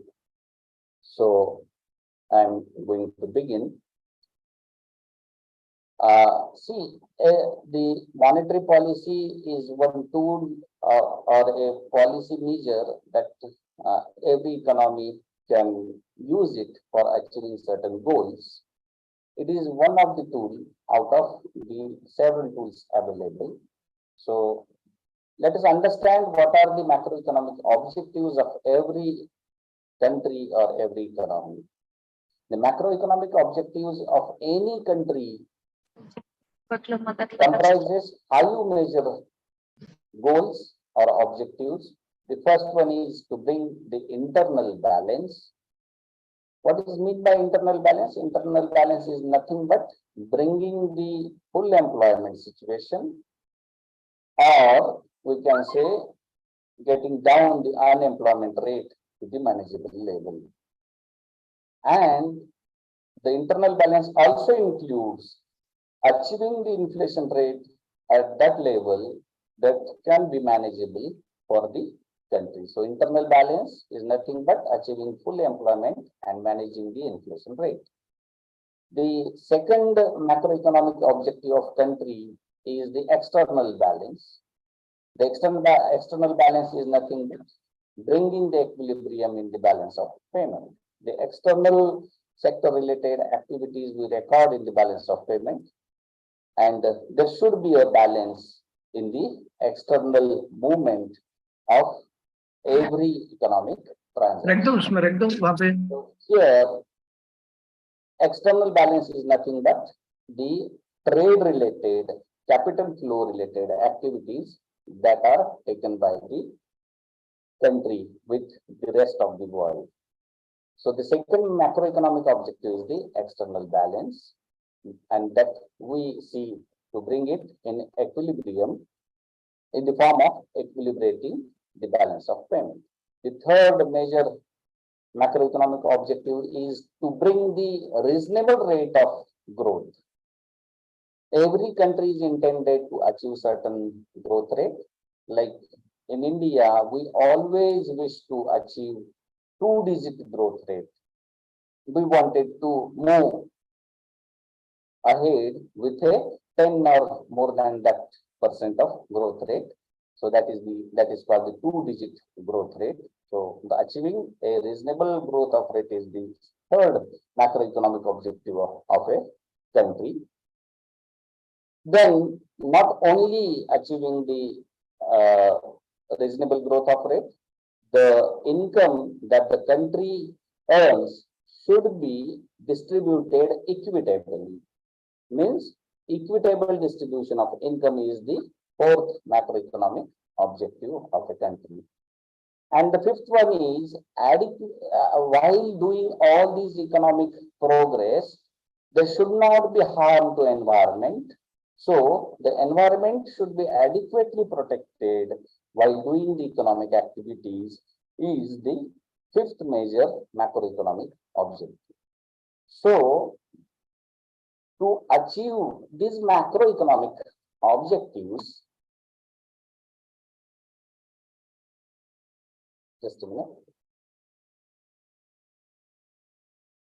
To achieve these macroeconomic objectives, every country is intended to achieve certain targets in the form of deciding target for inflation, target for trade-related activities, target for employment-related activities. And while achieving these macroeconomic objectives, if any movement is done to bring down the unemployment rate, then there will be other impacts in the form of inflation and trade. It means every macroeconomic objective is interlinked. That is, while achieving one objective, one or more other objectives will go to closer to each other, or they will move far from their targeted values. So the macroeconomic objectives are interlinked, and while achieving one target, by implementing certain policies, other targets will be automatically achieved, either automatically achieved, or they will be held behind, or the country will go far from the desired level of the targets. So first understand that macroeconomic objectives are interlinked to each other. So how to make an adjustment in any kind of the discrepancy or the gap between the desired and the actual targeted values? There are two kinds of the systems available. First one is the adjustment mechanism, and second one is the adjustment policies. The adjustment mechanism is nothing but the automatic adjustment through which there will be automatic change in price or in income to bring the adjustment if there is any gap in desired level and the actual level of targets decided for bringing certain objectives. So balance, suppose a country wants to achieve, a country is in deficit situation, then what will happen if a country is in a deficit situation? The exchange rate will automatically go down. It means there will be a change in price level, then export will increase and deficit will be automatically vanished, and the balance of payment will be in equilibrium position. So this will happen automatically, but there will be a price change for that. And the second way is a change in income. If a country wanted to bring down the unemployment rate, there will be expansion in government expenditure, and by doing that, the income level will increase while unemployment rate will decline. But as the income increases, import also will increase, and due to that, there will be deficit in balance of payment. So this kind of the effects will automatically occur under the adjustment mechanism that is called automatic adjustment mechanisms. There will not be any governmental intervention under the adjustment mechanism. But if we go for adjustment mechanism, there will be unavoidable or unwanted effects of the automatic mechanism that I will explain in the next slide. But to avoid that unwanted effects, every country goes for implementing the adjustment policies. And here, adjustment policies are of two types. First one is the expenditure changing policy, and second one is the expenditure switching policy. So before understanding the adjustment policies, let us understand what the unwanted effects that will come out under the adjustment mechanism. The adjustment mechanism will bring unwanted serious side effects. First one is the erratic fluctuations in exchange rate. That will interfere on the flow of international trade, and there will be a costly adjustment burden on importers and exporters. So the system that is automatically corrected will create a burden on the importers and exporters because there will be change in the exchange rate. This also changes the use of domestic resources and the pattern of specialization. So adjustment mechanism will change the use of domestic resources, and it will also change the pattern of specialization. It also destabilizes the international capital flow and overall uncertainty in the external sector. It will bring the overall uncertainty in external sector. So that's why the adjustment, automatic adjustment in the form of change in prices will be a serious side, will be a serious for creating side effects on the economy. The automatic adjustment in the form of income adjustment will also create instability in the internal sector. Internal sector means there will be effect on the domestic price level and the employment rate. So to avoid the lacunas of adjustment mechanism, country goes for using the adjustment policies. The adjustment policies are of two types, as I already mentioned. The one is the expenditure changing policy, and second one is the expenditure switching policy. The expenditure changing policy is nothing but change in the government expenditure, and expenditure switching policy is nothing but shifting of domestic resources to external sector or from external sector to the domestic sector. So expenditure switching, there will not be change in the volume of expenditure, but the direction of the expenditure will change. And under expenditure changing policy, the volume of expenditure will change by governmental intervention. So let us understand what is expenditure changing policy and expenditure switching policy. This is the flow chart. You can understand how the expenditure changing and expenditure switching policy will work by using the instruments of adjustment policy. The adjustment policy, and under adjustment policy, expenditure changing policy uses two instruments, that is fiscal policy and the monetary policy. Here we are going to concentrate on monetary policy, but only explaining monetary policy will be of a futile exercise, because monetary policy in nowadays cannot be used as a separate tool for adjustment or separate tool for achieving desired targets. It is always accompanied by several other policies like fiscal policy. So under expenditure changing policy, there are two major tools used. First one is the fiscal policy and second one is the monetary policy.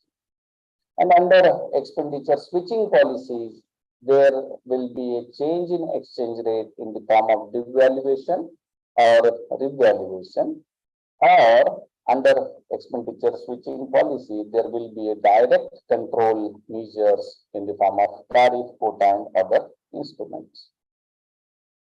The expenditure switching policy, under expenditure switching policy, the change in exchange rate also comes under the monetary policy, but we explain it as a expenditure switching policy here. So we'll move ahead. Let us understand how the fiscal policy and monetary policy works. Fiscal and monetary policy. For fiscal policy, there can be two ways of implementation to achieve a desired targets. First one is the expansionary fiscal policy. Under expansionary fiscal policy, there will be an increase in the government expenditure or reduction in the tax rates. This is to increase the employment and national income with multiplier effect. So if a government wants to increase employment and national income with multiplier effect, there will be an implementation of expansionary fiscal policy by spending more and by reducing the tax rates. The another side of fiscal policy is contractionary fiscal policy, under which reduction in government expenditure will be done and taxes will be increased, and this will reduce the domestic production and consequently income, and it also reduces the imports of a country. So if a country wants to reduce the deficit level, there will be a contractionary fiscal policy. If government wants to increase employment, there will be expansionary fiscal policy. So fiscal policy is also an important tool to achieve certain targets of a government or macroeconomic objectives of a country. Then the another side is the monetary policy that we wanted to explain it in more detail. The monetary policy also works in two ways. First one is the easy monetary policy. The easy monetary policy is nothing but an increase in money supply and fall in the interest rate. So when there is increase in money supply and fall in interest rate, it is called easy monetary policy. And due to this easy monetary policy, there will be more inducement for investment, and due to that, income will be increased by multiplier effect, and again there will be increase in the income. Dr. Leonarkar sir, sorry to interrupt. We are unable to see your slides. Can you please move your slides? Could you please change the slides? We are on slide 1 from your end. Okay. There is a request from the participants that they are unable to see your other slides. Okay, thank you, sir. Thank you so much. Just a minute, just a minute. I am on this slide, but I don't know whether this is visible to all. Yeah, fiscal policy and monetary policy, sir. Yes, yes. Yeah, thank you so much. You may continue, sir. Yes. The where I was there for the monetary policy. For the monetary policy works in two ways. First one is the easy monetary policy. The easy monetary policy will increase the money supply and will reduce the rate of interest. And due to that, there will be an inducement for investment, and consequently, income level will increase with a multiplier effect, and there will be more import as a result of it. The another side of monetary policy is the tight monetary policy, under which there will be a reduction in money supply and increase in interest rates. So due to the reduction in money supply and increase in interest rate, this will induce just a minute, reduction in money supply and increase in interest rate. Due to this, there will be an inducement to investment. There will not be inducement for investment, income, and import. This sentence is wrongly written here. The opposite case will happen for the tight monetary policy. Okay, so the monetary policy will create two types of defects. When it is used as an easy monetary policy, there will be more investment, more income, and more imports. And when it is used as a tight monetary policy, less investment, less income, and less import will occur. Then let us understand how these instruments are used, what is the exact meaning of monetary policy, and how it is working in India.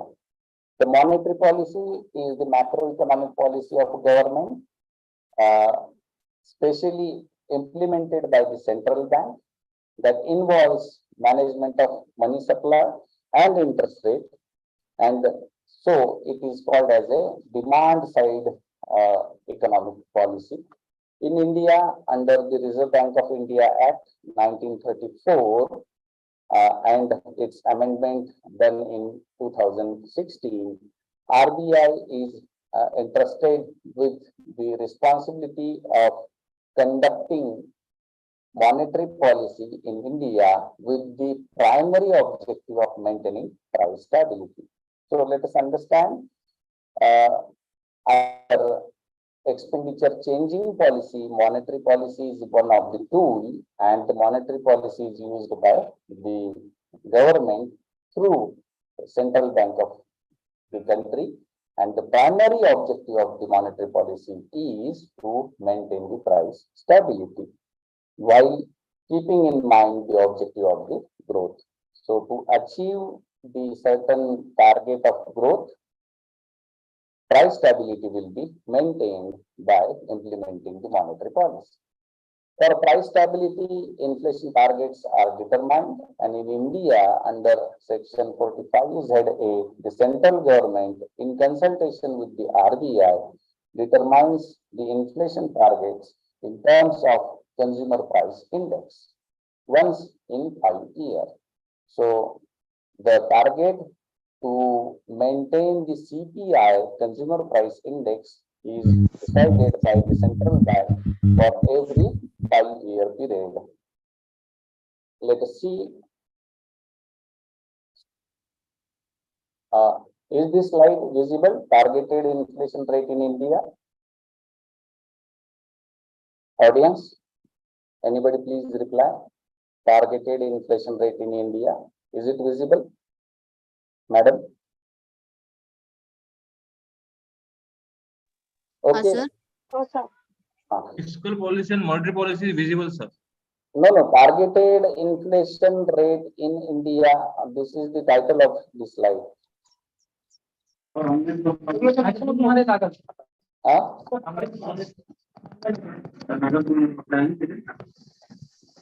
So this is a slide, targeted inflation rate in India.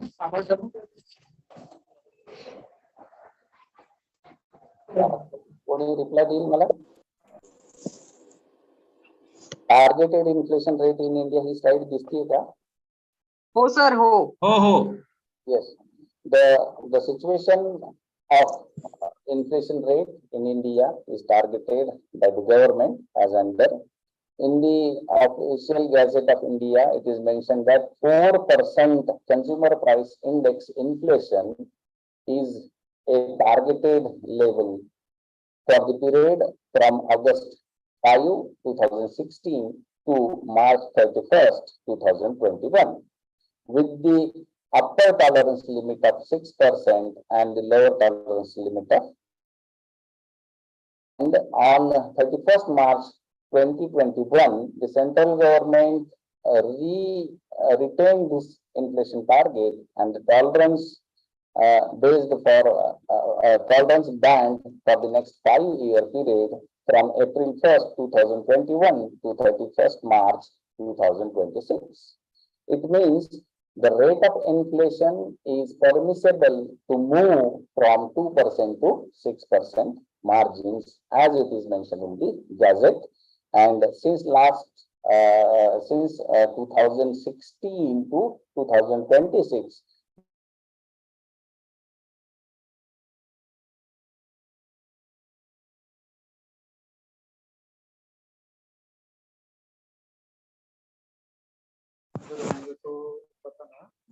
the Constitution of a Monetary Policy Committee to determine the policy rate required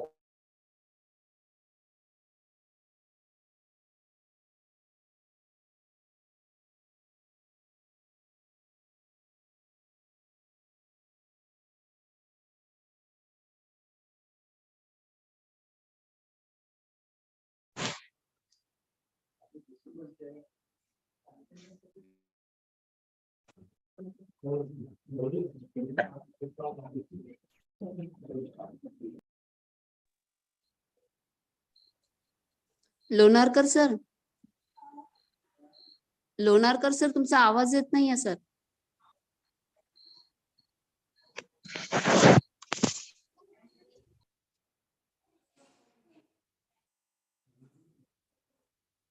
Lonarkar sir,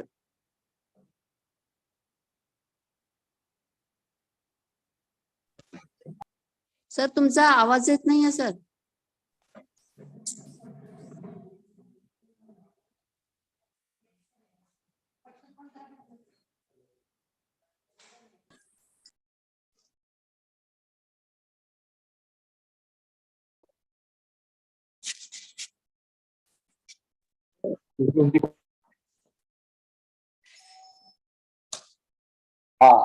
ऐकू येते? Slide दिसतीये का? Interrupt झाला होता मध्ये. Yes, sir, you're audible. Please go ahead, sir. Okay, the targeted inflation level for country is the 4%, and the margin lower band is up to 2%, and higher band is up to 6%. And this responsibility is deciding the targeted level of inflation and to maintain it in between these two margins is given to a 5-member committee called Monetary Policy Committee.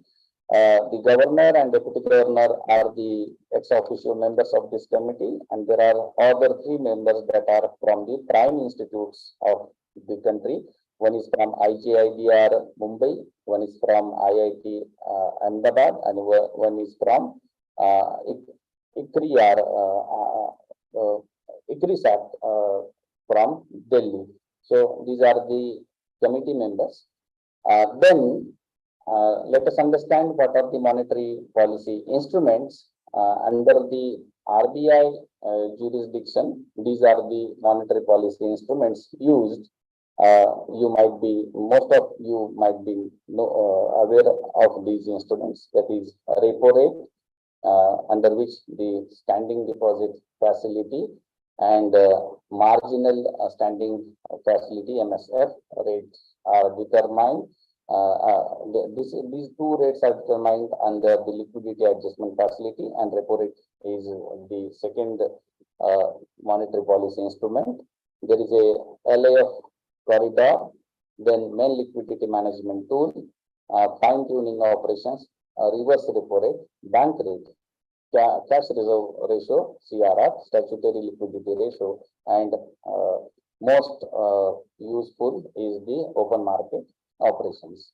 So country uses these monetary tools to achieve the targets through change in the monetary policy. By implementing the monetary policy explained earlier, 2 types of the balances are important as mentioned in the macroeconomic objectives of a country.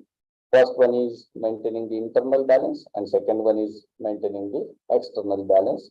Where internal balance is maintained by making the aggregate demand is equal to aggregate supply condition for the goods market, and that is depicted by the IS curve, and bringing the internal balance in terms of money, that is the money supply is equal to money demand, that is reflected here by the LM curve.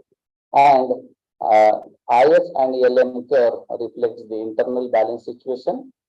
There is external balance, and that is reflected by the BP curve, that is the balance of payment curve, where for a certain level of national income and rate of interest, balance of payment is in the balanced situation.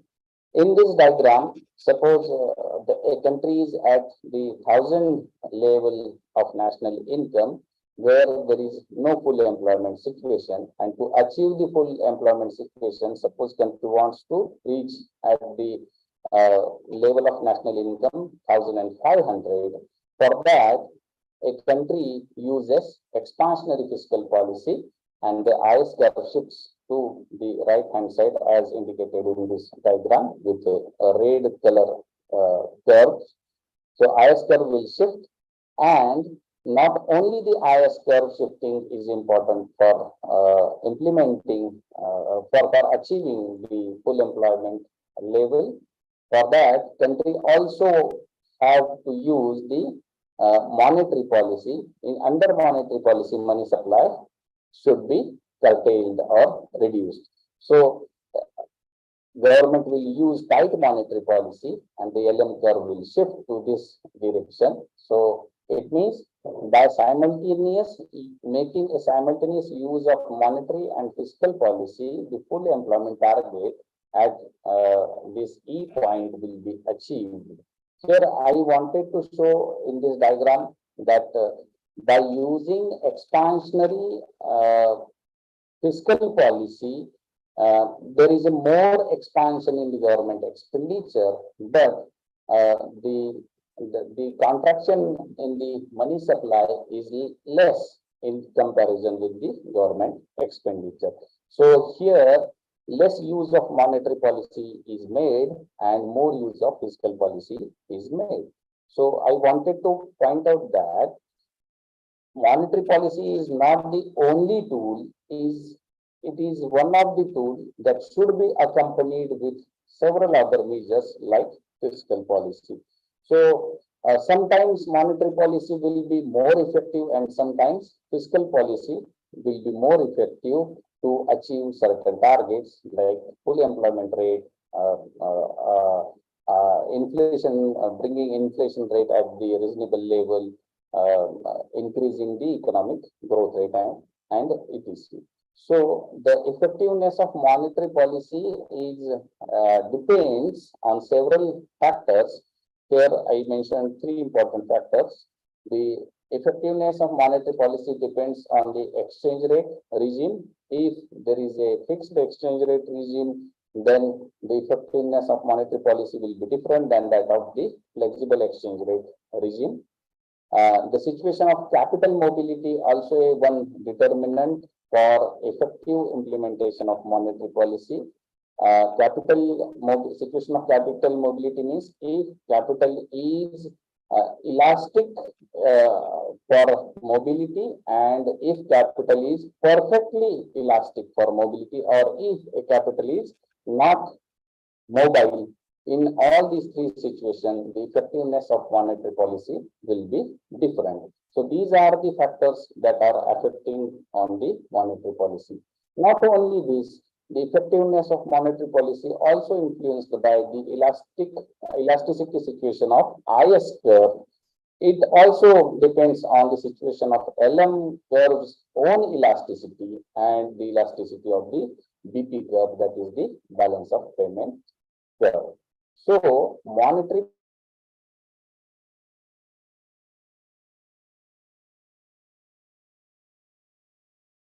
tools like fiscal policy, and monetary policy influenced, or the effectiveness of monetary policy depends on several these factors. So let us see what is the situation of India for monetary policy targets and what are the current rates. Here the current policy rates are given. The policy repo rate is 6.5%. Standing deposit facility rate is 6.25%. Marginal standing facility rate is 6.75%. Bank rate is at 6.75%. Fixed reverse repo rate is 3.35%. CRR is 4.5%, and SLR is at the 18%. So, monetary policy of a country is using these tools, and these are the rates determined by the monetary policy committee to achieve the certain target, especially bringing the consumer price index in the range of 2 to 6%. Then we'll see, after understanding the monetary policy tools, what is the situation of country related to the desired macroeconomic targets. There one more slide is the exchange rate. These are also coming under the monetary policy. The exchange rate of countries rupee with dollar is 81.85%. With GBP it is 102. With euro it is 90.21, and Japanese yen it is 60.17%. So these are the other monetary policy ratios.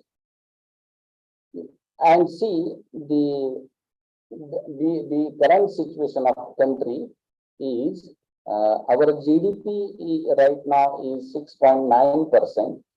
Unemployment rate situation, as mentioned by the CMI report, that is 8.2%.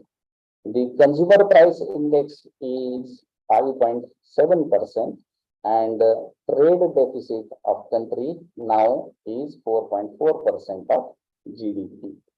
As I explained in the macroeconomic objectives of a country, our intention is to bring the 2-digit growth rate, but here we are at the single-digit growth rate, that is 6.9, or we can say 7% growth rate. The unemployment rate, as we mentioned, that it should be less than 5%, and the actual situation is depicting that it is 8.2%. The CPI, consumer price index, it should be also below 3%, or in the range of 2 to 6%. Currently, it is 5.7%. It means, though we are using monetary policy, we are not achieving the desired targets. Why this is so? To understand this, we have to look at the challenges of monetary policy. See, these are the challenges of monetary policy. The first one is the situation of fiscal deficit in country. The expansionary fiscal policy is always used, and hence the fiscal deficit is increasing, and the fiscal deficit is leading to more market borrowing by the government, and this results in crowding out effect of a private investment. So monetary policy is not effectively working because of the increasing fiscal deficit situation or expansionary fiscal policy. It means monetary and fiscal policy both are making clash to each other. Then minimum support prices, subsidies are always hindering the functioning of monetary policy. The targeted level of monetary policy are not achieved by the governmental intervention through providing the minimum support prices and subsidy. This is the another challenge for the monetary policy to work effectively. This creates a problem of non-coherence between the monetary and fiscal policy. The third challenge is the challenge of cryptocurrency and all other digital currencies that are coming in the country, and hence it is again affecting on the total money supply in the country. That's why monetary policy also is not working effectively due to existence of these digital currencies. The issues pertaining to inflation targeting of monetary policy are as under: the monetary policy can stabilize inflation only caused due to the demand shocks and are ineffective against the supply shock. So monetary policy will curb the inflation rate or will maintain the inflation rate in desired margin only through controlling the demand side. But if there is a supply side shocks and due to that supply driven inflation, then monetary policy will not work effectively. So it is the out of reach of the monetary policy when it is from the supply side shock. Inflation in India is very sensitive to exogenous shocks like global oil prices, weaker rupee, and a poor monsoon situations. So these are the all external factors that are also negatively impacting on the working of monetary policy. Inflation caused by supply side, I already mentioned it as supply side is the out of box of the monetary policy. And sometimes monetary policy tool used in the form of open market operation is leading to liquidity shock to the market. So sometimes there will be sudden impact on the money supply through open market operations, and this will create instability in the monetary situation of a country.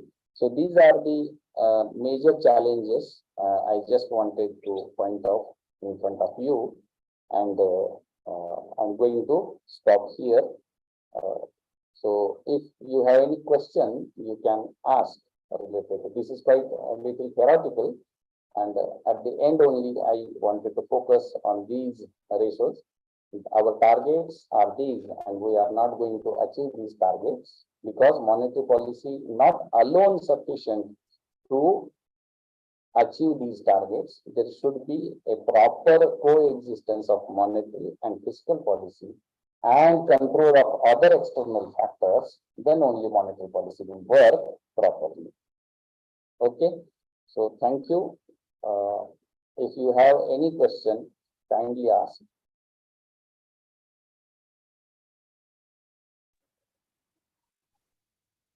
Madam. Thank you sir. कुणाला काही प्रश्न विचारायचे आहेत? प्रश्न विचारू शकता सरांना.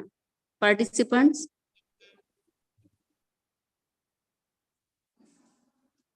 कुणाला प्रश्न विचारायचे आहेत?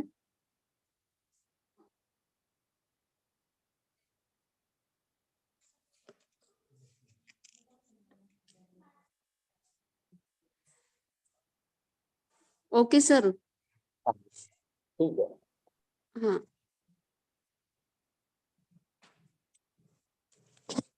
तर आता नुकतंच आपल्या दुसऱ्या या तांत्रिक सत्रात लोणारकर सरांनी मॉनिटरी पॉलिसी अँड चॅलेंजेस या विषयावर बरीचशी विस्तृत माहिती या ठिकाणी आम्हा सर्वांना दिलेली आहे. तेव्हा सरांचं पुन्हा एकदा मनपूर्वक मी आभारी आहे. दुसऱ्या तांत्रिक सत्राचे अध्यक्ष डॉक्टर समित माहुरे सर आपले विचार व्यक्त करतील अशी मी त्यांना विनंती करते.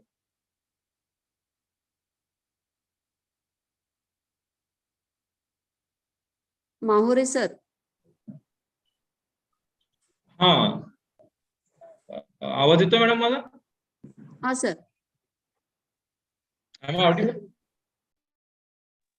Okay. Good afternoon to all. The invited dignitaries of this one-day state level seminar, invitees, my colleagues, teachers, and dear student friends. First of all, thank you very much for giving me this opportunity to share my views on this platform. I appreciate the work of the organizing team of Bihapur Mahavidyalaya, including Dr. Joby George sir, convener and principal of the college, and Dr. Vanita Virgandham, IQAC coordinator. I also congratulate both organizing secretary for choosing such an important topic. Today, not only Indian economy, but also entire economy of the world, including most developed and advanced countries are facing very high inflation. This time, price hike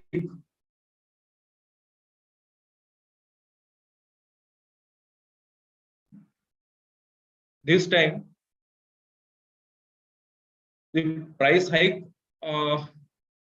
we know that there is a price hike in everywhere, and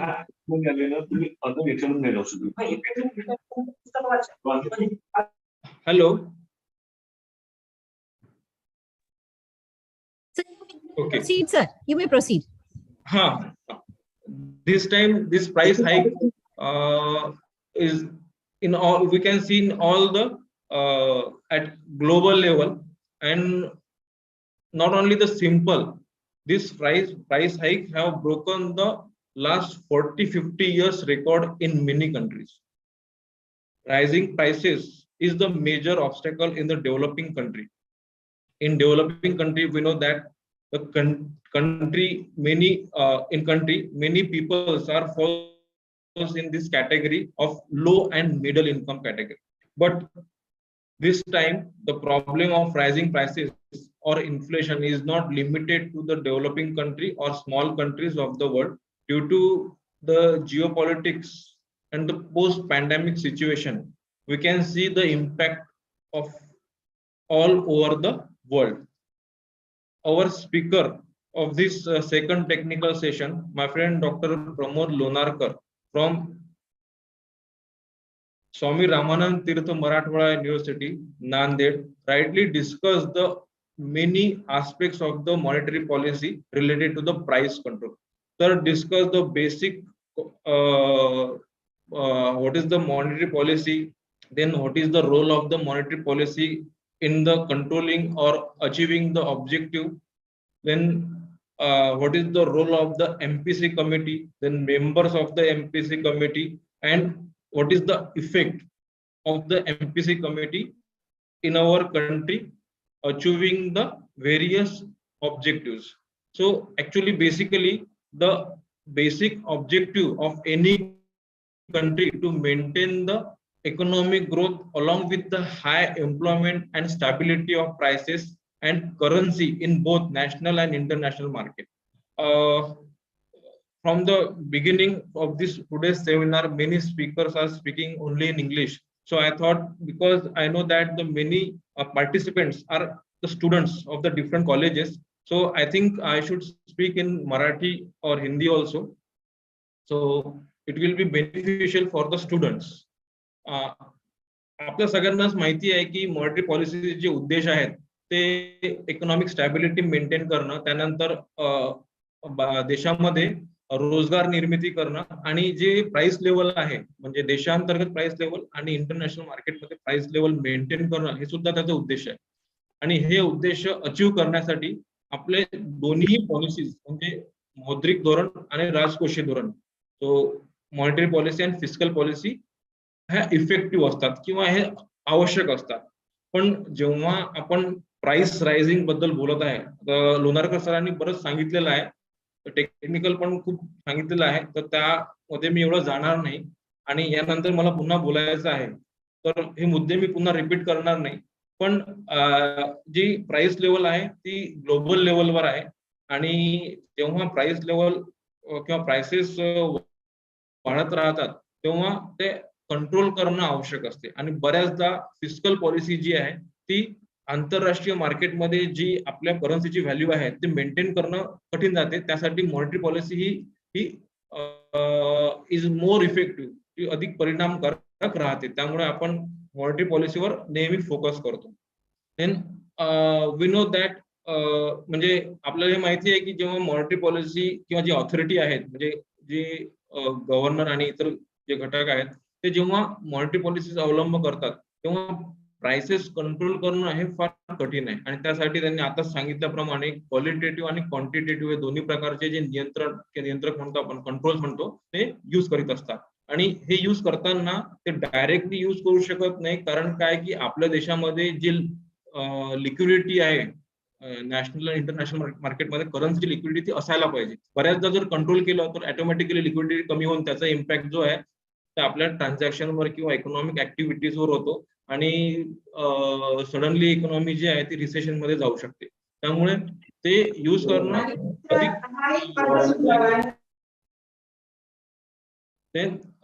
we know that म्हणजे RBI जी आहे ही liquidity आहे जी तरलता आपण म्हणतो दोन्ही बाजारामध्ये in international market and the national मार्केटमध्ये ते मनी सप्लाय मेंटेन करायचं कार्य करत असते. आणि यामध्ये जर काही चेंज झाला, जे काही चेंज केला जातो त्याचा परिणाम जो आहे तो आपल्या देशामधली जी मागणी आहे विविध क्षेत्रांमध्ये असलेली मागणी, त्यानंतर इन्व्हेस्टमेंट, गुंतवणूक आणि बचत यावर त्याचा परिणाम होत असतो. हा परिणाम कसा आहे नेहमी पॉझिटिव्ह असायला पाहिजे. जर पॉझिटिव्ह परिणाम होत असेल तर त्याचा इम्पॅक्ट आपल्याला सगळीकडे दिसून येईल. पण तर जर का त्याचा निगेटिव्ह इम्पॅक्ट झाला, इन्व्हेस्टमेंट कमी झाली, सेव्हिंग कमी झाली किंवा डिमांड कमी झाली तर मग इकॉनॉमी जी रिसेशन मध्ये जाते ती पुन्हा रिकव्हर करायला बराच वेळ आपल्याला द्यावा लागतो आणि त्यासाठी आपल्याला जे इन्स्ट्रुमेंट आहे ते वेगळ्या पद्धतीने त्याचा उपयोग करावा लागतो. सो एक ओव्हरऑल जर बघितलं तर monetary policy is playing most important role during the economic activities. त्या ऍक्टिव्हिटीज क्वालिटेटिव्ह कंट्रोलनी किंवा क्वांटिटेटिव्ह कंट्रोलनी कशा नियंत्रित करायचं हे त्याद्वारे ठरवलं जाते. आणि लोणारकर सरांनी जवळपास बरेचसे आस्पेक्ट इथे डिस्कस केलेले आहेत असं मला वाटते. And this is from my side for this session. And finally, I again thankful for giving me this opportunity to chair this technical session. Thank you very much. Thank you sir. यानंतर वाणिज्य विभागातील प्राध्यापक doctor Rajesh S बहुरूपी मान्यवरांचे आभार मानतील अशी मी त्यांना विनंती करते. Thank you madam. Bhiwapur महाविद्यालय भिवापूरच्या वाणिज्य विभागातर्फे आयोजित एक दिवसीय राज्यस्तरीय चर्चासत्राला पहिल्या technical सेशनचे chairperson doctor Anand Deshmukh sir अत्यंत व्यस्त असताना देखील आम्हाला वेळ दिला. परंतु त्यांना एक महत्त्वाचं काम असल्यामुळे ते सध्या आपल्या यात आहे नाही, ते गेले. तर तरी त्यांचे मी आभार. आनंद देशमुख सर अत्यंत व्यस्त असल्यामुळे ते एका मीटिंगला गेले. तर मी त्यांचे मनपूर्वक आभार मानतो. त्याचप्रकारे दुसऱ्या टेक्निकल सेशनचे प्राध्यापक समित माहोरे सर, डॉक्टर समित माहोरे सर यांनी आम्हाला मोलाचे मार्गदर्शन केले, त्याबद्दल त्यांचे मी आभार मानतो. तज्ञ मार्गदर्शिका पहिल्या सेशनच्या इंदू मजुमदार मॅडम यांनी आपल्याला मोलाचे मार्गदर्शन केले, त्यांचे मी आभार मानतो. तज्ञ मार्गदर्शक दुसऱ्या टेक्निकल सेशनचे प्रमोद लोणारकर सर यांनी आम्हाला अत्यंत महत्त्वाचे मार्गदर्शन केले, त्याबद्दल त्यांचे मी आभार मानतो. त्याचप्रकारे समीर माहोरे सर यांनी आम्हाला अत्यंत मोलाचे मार्गदर्शन केले, त्यांचे मी आभार मानतो. त्याचप्रकारे माननीय प्राचार्य सरांनी आम्हाला मोलाचे मार्गदर्शन केले, त्यांचे मी आभार मानतो. आणि हा टेक्निकल सेशनचा कार्यक्रम इथे संपला असे मी घोषित करतो. आणि नंतरची माझी सूत्र मॅडमकडे मी हँडओव्हर करतो. धन्यवाद सर. आजच्या या वन डे स्टेट लेवल सेमिनारचा नुकताच आपले तांत्रिक सेशन्स या ठिकाणी झालेले आहेत. तेव्हा या सेमिनारचा शेवटचा टप्पा म्हणजे आपला समारोपीय कार्यक्रम. आम्हाला सतत मार्गदर्शन तसेच प्रोत्साहन देणाऱ्या बॅकवर्ड क्लास युथ रिलीफ कमिटीच्या अध्यक्षा आदरणीय सुमन मालाजी मुळक, आमचे प्रेरणास्त्रोत सचिव आदरणीय राजेंद्रजी मुळक, कोषाध्यक्ष यशराजजी मुळक. आजच्या वन डे स्टेट लेवल सेमिनारच्या समारोपीय कार्यक्रमाला उपस्थित असलेले समारोपीय कार्यक्रमाचे अध्यक्ष आदरणीय डॉक्टर विभूती रंजन मिश्रा, प्रमुख अतिथी आदरणीय डॉक्टर समित माहोरे सर, आमच्या महाविद्यालयाचे प्राचार्य तसेच समारोपीय कार्यक्रमाचे स्वागताध्यक्ष आदरणीय डॉक्टर जॉर्ज सर या सर्वांचे समारोपीय कार्यक्रमात भिवापूर महाविद्यालय तसेच वाणिज्य विभागाद्वारे मी स्वागत करते. आजच्या या समारोपीय कार्यक्रमाचे प्रमुख अतिथी म्हणून लाभलेले आदरणीय डॉक्टर समित माहोरे सर यांचा नुकताच आपण तांत्रिक सत्रामध्ये त्यांच्या शैक्षणिक कार्याचा एक आढावा घेतलाच होता. तेव्हा मी सरांना अशी विनंती करते की आजच्या या वन डे स्टेट लेवल सेमिनारच्या समारोपीय कार्यक्रमात प्रमुख अतिथी म्हणून आपण आपले विचार व्यक्त करावे अशी मी त्यांना विनंती करते.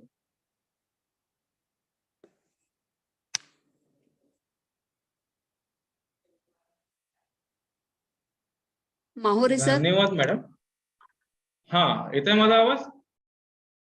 येत आहे sir. Okay.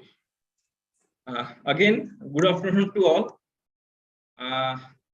The invited dignitaries of this one-day state level seminar, invitees, my colleagues, teachers, and dear student friends.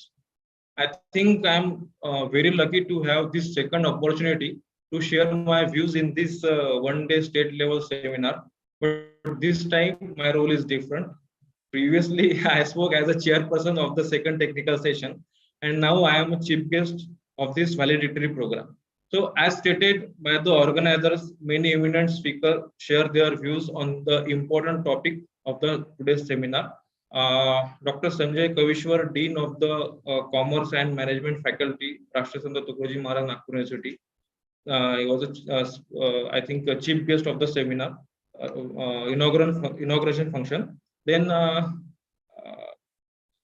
the speaker of the first session, Dr. Indu Muzumdar from Department of Commerce and Management, RT Menu. Then Dr. Anand Deshmukh sir, Professor and Head Department of Management, RT Menu. Then speaker of the second technical session, Dr. Pramod Lunarkar sir, Head of the Department Applied Economics, Swami Ramanand Tirtha Marathwada University, Nanded. And now here we gather for the valedictory session of this one day state level seminar. Again, I am thankful to the organizers for giving me this second opportunity to share my views on this topic. So I will speak 5 to 10 minutes. I will not take more than that time because we have to listen our another guest, Dr. My friend Bhavati Ranjan Mishra sir. So we know that we are discussing many issues related to monetary policy from the today morning, and many dignitaries explain the details, objectives, and then constitutions of the monetary policy, then their members and our targeted inflation, which is near about 4%, and there is a tolerance level of 2%. more or less जो हम 2% नीचे या 2% ज्यादा तक, मतलब 4 से 2 से 6 तक हम कंसिडर कर सकते हैं हमारी जो इन्फ्लेशन रेट है. इसमें जो 6 मेंबर्स रहते हैं जनरली, और इनकी जो 3 महीने में एक बार, जैसे एक साल में 4 मीटिंग होना जरूरी है, और वो होती है. तो 3 मेंबर जो होते हैं वो आरबीआई से ही होते हैं, जिसमें आरबीआई गवर्नर चेयरपर्सन होते हैं, ex officio, then deputy governor होते हैं, जो चेयरमैन जो है अभी शक्तिकांता दास है, देन मिकेल पात्रा जो डेप्यूटी गवर्नर है, एंड एक्स डायरेक्टर जो है वो राजीव रंजन है. Then there are 3 invited members which name जो हमारे सेंट्रल गवर्नमेंट है वो जिनके नॉमिनेट करती है, उसमें आशिमा गोयल है, then Shashanka Bhide and Jayant Varma. These are the members of the committee. और इनमें से जो मेंबर्स जो है, ये इनका समय जो रहता है, 3 मेंबर जो है बाद वाले, उनका समय जो रहता है नियर अबाउट 4 इयर्स का रहता है. अब मॉनेटरी पॉलिसी क्या है, वो क्यों इंपॉर्टेंट है, मैंने इसके पहले भी आपको बताया है. एंड जो ऑब्जेक्टिव होते हैं कि इकोनॉमिक ग्रोथ एंड मेंटेन करना, देन अनएम्प्लॉयमेंट रेट जो है वो कम रखना, देन वैल्यू ऑफ करेंसी की स्टेबल रखना, दोनों हमारे देश में भी और देश के बाहर जो इंटरनेशनल मार्केट की हम बात करते हैं, जो एक्सचेंज रेट जो है वो मेंटेन करना, ये आरबीआई पॉलिसी जो कमिटी है उनकी रिस्पॉन्सिबिलिटी होती होती है। सो जो मेंटेन करने के लिए ये इंटरेस्ट रेट कम ज्यादा करने पड़ते हैं, उसके लिए जो उनके पास में इंस्ट्रूमेंट्स है, जैसे कि manipulating interest rate for reserve requirement है, देन ओपन मार्केट ऑपरेशंस है, सेंट्रल बैंक के लिए डायरेक्ट उनके बोरोइंग, स्पेंडिंग और सेविंग्स के ऊपर इसका इम्पैक्ट होता है। और हमने देखा है कि अभी लास्ट पिछले सालों का अगर हम कुछ रिव्यू लेते हैं तो जो सिचुएशन है वो क्वाइट डिफरेंट है। जैसे कि हम ग्लोबल इकोनॉमी की बात करते हैं तो ग्लोबल इकोनॉमी में भी वेरी हाई इन्फ्लेशन है। जैसे हमने कभी सोचा नहीं था कि जो develop country, most develop country, advance country जो है, उनके यहाँ भी इन्फ्लेशन जो है वो बहुत ज्यादा बढ़ी है। नियर अबाउट 40 से 50 सालों का जो रिकॉर्ड है वो ब्रेक हुआ है। So this is a sign और indication of the financial instability. तो उनके यहाँ जो इंस्टेबिलिटी हुई है उसको कंट्रोल करना बहुत इंपॉर्टेंट है, क्योंकि अगर आप आज देखते हैं तो हमारा जो काफी ट्रेड जो है वो इन कंट्रीज के साथ में होता है, और इसलिए जो उनके यहाँ कुछ इंस्टेबिलिटी है उसका इम्पैक्ट जो है वो डायरेक्टली जिस कंट्री के साथ में आपका ट्रेड हो रहा है उसके ऊपर होता है, और मोर और लेस उसका इम्पैक्ट जो है वो हमारे ऊपर भी हुआ है और होते आया है और आगे भी होता रहेगा। इसलिए अगर हम हमारे कंट्री की बात करते हैं तो अगर हम देखें इन्फ्लेशन आउटलुक या इन्फ्लेशन की बात करें तो वो काफी चेंज हुई है। जैसे कि अगर हम लास्ट 2 ईयर का अगर हम थोड़ा सा रिव्यू ले तो उसमें काफी कंट्रीज जो है जिन्होंने मतलब पिछले 2 सालों से 2 या 3 सालों से उन्होंने अपना इंटरेस्ट रेट जो है वो चेंज करना शुरू किया है। जैसे कि हम ब्राजील की बात करते हैं, ब्राजील में नियर अबाउट जो 4% या 2% था वो 10.5% तक बढ़ाया गया है। हम इंडिया की बात करते हैं 2 साल तक, मतलब मार्च 22 तक हमारा जो इंटरेस्ट रेट था वो पहले ज्यादा था, उसके बाद में 4% पर हमने मेंटेन रखा था। फिर उसके बाद में मेक्सिको का एग्जांपल लेते हैं तो उनका भी पहले ज्यादा था, 7% था, फिर उसके बाद में कम होके 4.5% तक आया, वो फिर से अभी बढ़ना शुरू हुआ है। ये जो मैं बात कर रहा हूँ सिर्फ मार्च 22 तक की बात कर रहा हूँ, जहां हमारा इंटरेस्ट रेट जो था वो कंट्रोल में था। फिर रशिया की हम बात करते हैं तो रशिया का पहले 6% था, फिर कम हुआ 4.5%, 4.25% तक, और अभी जो हम देखेंगे तो नियर अबाउट 20% या उससे भी ज्यादा हुआ है। हम साउथ अफ्रीका की बात करेंगे तो वो भी पहले ज्यादा था बिफोर पैंडेमिक या पैंडेमिक के बात की बात करें, पैंडेमिक जब आने का था उस समय पहले ज्यादा था, जिसके बाद में 3% तक था। यूनाइटेड नेशन में वो 0.1% के आसपास था, 0.1% के नीचे ही रहा है यूनाइटेड किंगडम में, और यूनाइटेड स्टेट्स में भी नियर अबाउट यही था, बहुत कम था। लेकिन अगर और दूसरी सिचुएशन अगर हम देखेंगे कि डायरेक्शन ऑफ चेंज जो हम देखेंगे तो अगर हम हमारे कंट्री का रिव्यू ले तो 2013 से 16 तक जो रघुराम राजन गवर्नर थे उनके पीरियड में जो इन्फ्लेशन रेट जो था वो हमने कम हुआ है, वो मे बी नियर अबाउट 0.75% से कम हुआ है। या इंटरेस्ट रेट जो था मतलब नेट रेट कट बहुत कम हुआ और वो स्टेबल था, मतलब कम हुआ है। बाद में जो उर्जित पटेल थे उनके पीरियड में अगर हम बात करते हैं 16 से 18 तक, 2 साल ही रहे, तो उनके पीरियड में जो रेट ऑफ कट था या इंटरेस्ट रेट जो कट हुआ वो हुआ ही नहीं, क्योंकि वो स्टेबल था, नियर अबाउट स्टेबल था रिजिम में उनके। लेकिन उसके बाद में जो गवर्नर बने हैं शक्तिकांता दास, जो 18 के बाद में और अभी भी वही है, तो उनके पीरियड में अगर हम बात करेंगे तो पहले बहुत ज्यादा था इंटरेस्ट रेट, रेपो रेट, फिर वो कम हुआ 2.5% तक कम हुआ था, 2.5% से कम हुआ था। और उसके बाद में अगर अभी सिचुएशन देखते हैं तो वो बढ़ा भी है, तो इनके पीरियड में बढ़ा है। देन फिर see again the inflation rate और मॉनेटरी पॉलिसी का जो कॉम्बिनेशन हम देखते हैं कि क्या इन्फ्लेशन रेट बढ़ा है और उसके लिए क्या इंस्ट्रूमेंट्स या कंट्रोल यूज किए गए। अगर हम उसकी बात करते हैं तो नियर अबाउट जो रघुराम राजन के पीरियड में जब गवर्नर थे तब 9.5% इन्फ्लेशन था, वो कम होकर आपका 4.9%।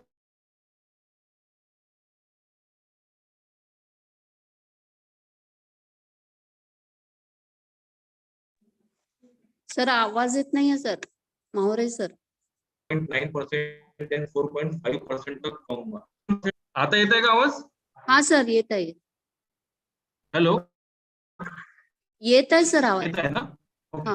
तर त्यानंतर पण जे शक्तिकांत दादा, ओके ओके, त्यानंतर शक्तिकांत दास जे झाले गव्हर्नर, त्यांच्या पिरियडमध्ये पण सुरुवातीला कमी होती इन्फ्लेशन रेट, त्यानंतर मग ते 6.2, 6.5 आणि नंतर मग 7.8 पर्यंत सुद्धा ते वाढलेले आपल्याला दिसून येते. त्यानंतर एक आणखी म्हणजे एक कंपॅरिझन आपण बऱ्याचदा करतो की आपण इंडिया चायना सोबत कंपॅरिझन करतो, आपण इंडिया अँड USA सोबत कंपॅरिझन करतो आणि त्यांचे आपण इन्फ्लेशन रेट सुद्धा कंपॅरिझन करतो. जे CPI आपण कॅल्क्युलेट करतो, कन्झ्युमर प्राइस इंडेक्स, तर त्यामध्ये जवळपास 460, 450 वस्तूंचा समावेश असतो. तर ह्या वस्तूंच्या ज्या किमती चेंज होतात, तर जे जसं जसे प्राइसेस चेंज होतात तसा तसा त्यावर इम्पॅक्ट, म्हणजे कोणत्या बास्केट मधल्या प्राइसेस चेंज होत आहेत तर त्याचा विचार केला तर त्यांचा 60% जे आयटम्स आहेत, म्हणजे जे बास्केट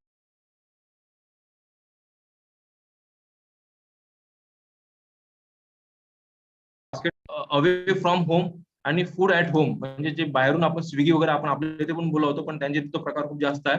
तर नियर अबाउट अगर उनके बारे में हम देखते हैं तो वो 6.23% जो है वो फूड अवे फ्रॉम होम का शेयर है और फूड एट होम का शेयर जो है वो 7.65% है. तो नियर अबाउट ये 14% शेयर फूड का है और हमारे इसमें अगर हम बात करेंगे तो 46% जो शेयर है वो फूड आइटम्स का है. तो दिस इज द डिफरेंस कि जब कंपोजिशन ऑफ इन्फ्लेशन रेट जो हम कैलकुलेट करते हैं तो उसमें हम अलग अलग कमोडिटीज के ऊपर अलग अलग वेट देते हैं और जो दूसरे कंट्रीज में भी वो डिफरेंट है. So it is very difficult to compare both the countries. जब हम मॉनेटरी पॉलिसी की बात करते हैं कि वो इफेक्टिव है या नहीं है, तो मोर और लेस इट इज इफेक्टिव, क्योंकि जब हम मॉनेटरी पॉलिसी के इंस्ट्रूमेंट यूज करते हैं तो प्राइस कंट्रोल के लिए, जब तक हम ये यूज नहीं करेंगे और we can not depend on the only fiscal policy, we have to use the monetary policy and fiscal policy both. लेकिन कौन से सिचुएशन में कभी कभी आपकी monetary policy is more effective and in some situation fiscal policy is more effective. जब हम अपन जनवरी 22 या जनवरी 20 से 22 तक की अगर देखें तो इन्फ्लेशन रेट जो था वो 7.59% से 6% आसपास, जो 7.8 भी हुआ उसके बाद में 6% के आसपास था और अभी फिर वो कंट्रोल में है, नियर अबाउट 6 के आसपास ही है. लेकिन जो होलसेल प्राइस इंडेक्स जो है, जो स्टार्टिंग में 2020 में 3.52% था, जो बढ़ते बढ़ते 12.96% या 13% के आसपास तक बढ़ा था. अब ये इन्फ्लेशन रेट बढ़ा है, लेकिन उसके पीछे रीजन जो होता है वो डिफरेंट होता है. जैसे मैंने कहा कि कंपोजिशन इज डिफरेंट, तो कौन सी चीजों की प्राइसेस बढ़ते हैं उसके कारण वो इन्फ्लेशन रेट भी बढ़ता है. अब जब हम बात करते हैं कि प्राइस लेवल जो एडिबल ऑयल्स है या सेरियल्स है इसकी बात करेंगे तो मतलब अलग अलग कमोडिटीज रहती है जिसका इम्पैक्ट जो है वो हमें दिखता है. अभी हम देखते हैं कि जो हम चीजें, काफी चीजें जो है वो एडिबल ऑयल के कारण क्या हुआ, अभी उनका जो वॉर चल रहा था उसके कारण प्राइसेस जो है वो ऑटोमेटिकली बहुत ज्यादा बढ़ गए और उसका इम्पैक्ट जो है वो कहाँ पे हुआ, वो हमारे प्राइस लेवल पे हुआ, इन्फ्लेशन के ऊपर हुआ. और जो वेदर था, बैड वेदर का इम्पैक्ट भी प्राइसेस के ऊपर हुआ है, क्योंकि व्हीट, वेजिटेबल्स एंड पैडी जो है उसका प्रोडक्शन कम हुआ और ऑटोमेटिकली उसकी प्राइसेस जो है वो बढ़ जाते हैं. क्योंकि हमें पता है, जब एक छोटी सी बात है डिमांड सप्लाई, जो हम इक्विलिब्रियम देखते हैं तो सप्लाई मेंटेन होना चाहिए एज पर द डिमांड. अगर उसमें वो डिसइक्विलिब्रियम हो जाता है या चेंज होता है तो उसमें दिखाई पड़ता है. तो then in this situation also कि monetary policy is more effective. Then if you see the उसके बाद में अगर हम देखते हैं कि कुछ चीजों की जो प्राइसेस ऑटोमेटिकली कम हो गई, सीजनल प्रोडक्ट रहते हैं, वेजिटेबल प्राइसेस जो होते हैं सीजन के ऊपर डिपेंड होता है कि विंटर के सीजन में ऑटोमेटिकली उसका प्रोडक्शन बढ़ जाता है तो उसकी प्राइसेस जो है वो कम हो जाती है. अब जनरली क्या है कि जब हम प्राइस लेवल की बात करते हैं तो कौन से आइटम्स की प्राइसेस ज्यादा बढ़ी है और कौन से जो गुड्स कमोडिटीज या आइटम्स जो बोल रहे हैं तो उनका शेयर कितना है इन्फ्लेशन में, वो ज्यादा इंपॉर्टेंट है. कई बार जो हम फूड आइटम की बात करते हैं, जो मैं बता कि कुछ कुछ जो चीजें रहती है 60-40% उनका शेयर रहता है. उनका शेयर ज्यादा होने के कारण अगर उसकी प्राइसेस बहुत ज्यादा बढ़ गई तो इन्फ्लेशन बहुत ज्यादा बढ़ जाती है. जो ऑयल एंड पेट्रोल की बात करते हैं, हम फ्यूल्स की बात करते हैं, तो फ्यूल्स के शेयर भी बहुत ज्यादा होने के कारण अगर उसमें हाइक हो जाती है तो हमारे यहाँ उसकी प्राइसेस भी ज्यादा बढ़ी हुई हमें दिखती है. ये आरबीआई ने क्या करना चाहिए, what is the expectation from the RBI? Definitely यही कहेंगे कि जो इन्फ्लेशन हो रही है उसे कंट्रोल करना चाहिए, क्योंकि जो बाइफर्केशन हम देखते हैं कि इन्फ्लेशन जब हो रही है तो उसका इम्पैक्ट जो है वो हमारे डायरेक्टली इकोनॉमी के ऊपर होता है, क्योंकि हमारे यहाँ जो पॉपुलेशन है वो मोस्टली लो इनकम और मिडिल इनकम में है, जिनका डायरेक्ट इम्पैक्ट जो है वो जॉब से होता है। अगर प्राइसेस बढ़ रही है तो डिमांड कम हो जाएंगी, डिमांड कम हो जाएंगी तो प्रोडक्शन कम होगा और ऑटोमेटिकली जो जॉब जो है वो कम होना शुरू हो जाता है, तो और वेजेस भी कम हो जाते हैं। तो इसका इम्पैक्ट वो है जो हम बोलते हैं फिलिप्स कर्व जो है वो it shows the relationship between the inflation and the unemployment, वो हमें दिखाई पड़ता है, जो ऑटोमेटिकली वर्किंग उसका शुरू हो जाता है। तो कई बार फिर उसे मेंटेन करना जो है वो कम करना डिफिकल्ट हो जाता है। एक दूसरी बात जो है वो होम ग्रोन इन्फ्लेशन है, कि हमारे यहाँ जो भी प्रोडक्शन हो रहा है, हम जो इम्पोर्ट कर रहे हैं वो हम कितना उसे कंट्रोल कर सकते हैं, और हमारे यहाँ उसके जो सब्स्टिट्यूट अवेलेबल है या नहीं है, ये इम्पोर्टेंट है। अगर ये हम कर सक रहे हैं कि जो हमारे यहाँ एम्प्लॉयमेंट बढ़ रहा है, वेजेस कम हो रहे हैं, ये सब है, तो definitely we can see that we can easily control the inflation rate. दूसरी बात की जो पॉलिसी हम बना रहे हैं वो कितनी इफेक्टिव है। अगर देखा जाए कि अगर लास्ट 6 महीने में अगर एमपीसी कमेटी की मीटिंग हम देखते हैं, तो अगर हम कंपेयर करें दूसरे कंट्री के साथ में, तो हमारे यहाँ जो है वो 4 मीटिंग्स हुई है बिटवीन द अक्टूबर 22 टू मार्च 23। और अगर हम अदर कंट्रीज की बात करें, यूके यूएसए, उनके यहाँ भी 4 हुई है, इंडिया में 3 हुई है अगर पकड़े। तो ये जो कमिटीज है और इनका जो अलग अलग मेंबर 6 मेंबर्स होते हैं हमारे यहाँ, तो वो तीनों ने इन्हें एक मत होना चाहिए उनका कि इंटरेस्ट रेट बढ़ाना चाहिए या कम होना चाहिए। अगर उनका एक मत होता है तो वो जो भी चेंजेस है पॉलिसी में वो हम एडॉप्ट करते हैं। तो इट इज वेरी इंपॉर्टेंट कि what situation is in the country and how we can control और वी कैन यूज, क्योंकि अगर इन्फ्लेशन हम रेट ज्यादा भी बढ़ाते हैं तो उसका एक निगेटिव इम्पैक्ट भी होता है। जैसे मैंने पहले कहा है कि there are many peoples are below या मिडिल क्लास, तो वो लोन लेते हैं, अगर इधर रेट बढ़ रहे हैं तो लोन के रेट ऑटोमेटिकली बढ़ जाएंगे, इंटरेस्ट रेट बढ़ जाते हैं, तो it is very difficult for them to manage their income, because we know that our income resources are very limited, so we have to use properly। अगर वो नहीं हो रहा है तो जो ऑटोमेटिकली डिमांड कम हो जाएंगी और जो इकोनॉमी जो है वो रिसेशन में जा सकती है। So the authorities of the monetary policy are doing very well done job, because they should know how when we have to increase the interest rate and how much। if they suddenly increase the interest rate तो it will be very difficult, क्योंकि automatically जो है वो उसका bad impact तो हमें दिखाई देता है। so there are many things we can say, but we have to listen other invitees। so I think I should stop here। if you are and again I am thankful to the organizers for giving me this opportunity and share my views। thank you very much। धन्यवाद sir. सरांनी वर्तमानातील वेगवेगळ्या उदाहरणांद्वारे अतिशय सोप्या आणि साध्या पद्धतीने मौद्रिक धोरण या ठिकाणी सगळ्यांना समजून दिलेलं आहे, त्याबद्दल सरांचे पुन्हा मी एकदा आभार मानतो। यानंतर वन डे स्टेट लेवल सेमिनारच्या समारोपीय कार्यक्रमाचे अध्यक्ष doctor Vibhuti Ranjan Mishra sir, department of humanities and social sciences VNIT Nagpur इथे कार्यरत आहेत। सरांनी त्यांच्या कार्यकालात अध्यापन कार्यात principles of economics, building economics, money and financial markets, international economics, public economics अशा अतिशय प्रभावी या ठिकाणी विषयांवर सरांचं आजही अध्यापनाचं कार्य सुरू आहे। सरांनी estimation of physical multipliers of India for India sponsored by ICSSR new Delhi इथल्या सरांनी मायनर प्रोजेक्ट सुद्धा या ठिकाणी कंप्लीट केलेला आहे। सर PhD चे सुपरवायझर आहेत। सरांनी 15 रिसर्च पेपर जर्नल मध्ये सुद्धा प्रकाशित केलेले आहेत। सरांचे बुक चॅप्टर सुद्धा आहेत। कॉन्फरन्स, सेमिनार यामध्ये सुद्धा सरांचे आर्टिकल्स प्रकाशित आहेत। सरांच्या डिपार्टमेंटल ऍक्टिव्हिटीज सुद्धा VNIT मध्ये फार मोठ्या प्रमाणावर असलेल्या आपल्याला दिसून येतात. सर NIRF चे कोऑर्डिनेटर सुद्धा आहेत. मेंबरशिप इन प्रोफेशनल बॉडीज याचा जर आपण विचार केला तर सर इंडियन इलेक्ट्रॉनिक सायन्सचे लाईफ मेंबर आहेत. याशिवाय बोर्ड ऑफ स्टडीजचे मेंबर IIT नागपूर येथील या ठिकाणी मेंबर सुद्धा सर आहेत. तेव्हा मी सरांना अशी विनंती करते की त्यांनी आजच्या या वन डे स्टेट लेवल सेमिनारच्या समारोपीय कार्यक्रमात अध्यक्षीय भाषणाला सुरुवात करतील अशी मी त्यांना विनंती करते.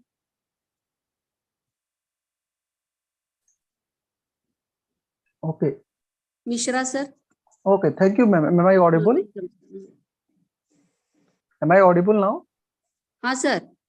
Okay. Okay.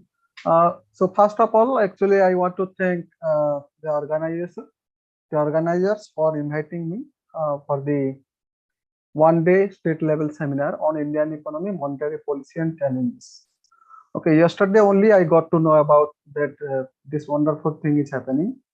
I want to thank the principal of the college, Dr. Joby George, then the other two organizers of the Bhivapur College, okay, for inviting me.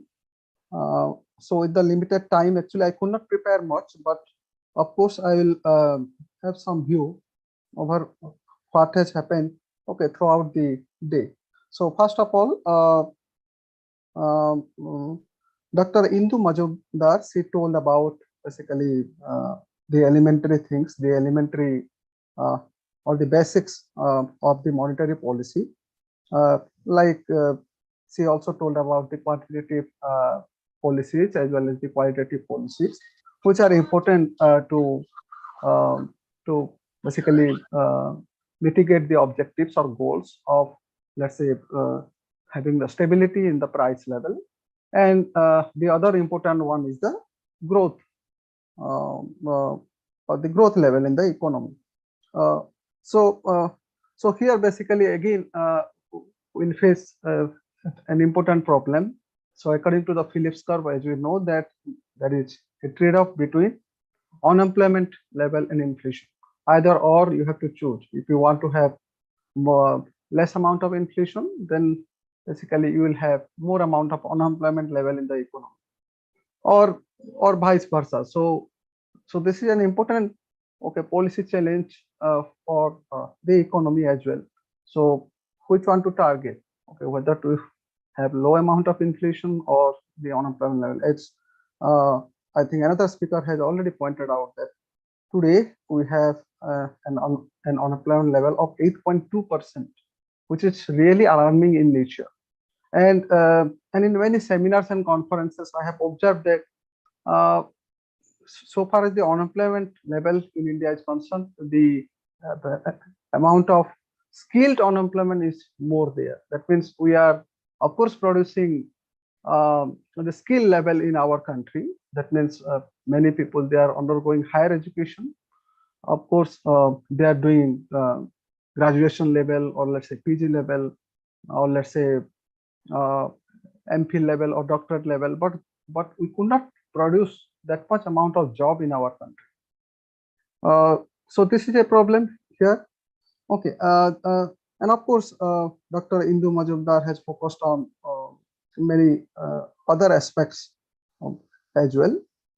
She told about the various policy rates, like the repo rate, standing facility, marginal standing facility, bank rate, fixed reverse repo rate. Then the various kinds of ratios like CRR, SLR, which are the instruments on with the RBI to regulate basically the flow of the credit in the banking system as well as at the national level. Of course, to have a balanced rate of the inflation, or let's say the price situation in our country. Then second speaker, I think Dr. Pramod, Dr. Pramod P. So he basically mixed both the monetary policy as well as the fiscal policy. Of course, it is important to have the monetary policy, but without the fiscal policy, it will be a loggerhead. That means you cannot go or you cannot run the country in only one hand, one leg. You have to be, you have to have both legs. He talked about basically the expenditure changing policy, expenditure switching policy. Okay, where monetary policy will be effective more, where fiscal policy, of course, for the internal balance, to have more amount of growth in the economy, you have to have, or you have to focus on the fiscal policy. For international stability, you have to have the monetary policy. And he also focused about the organization, the structure of the monetary policy, a committee, MPC committee, which is there in our country, which meets, which provides reports, okay, 6 monthly reports, and also recently, I think in April, I think on April 6, 7, 9, on these 3 days, basically again the MPC met, and they have recently gave a report on the recent monetary policy, where basically, so here in the MPC committee, basically the recent report, one surprise things has happened, okay, which I am going to focus. So the key policy rate, especially the repo rate, was unchanged.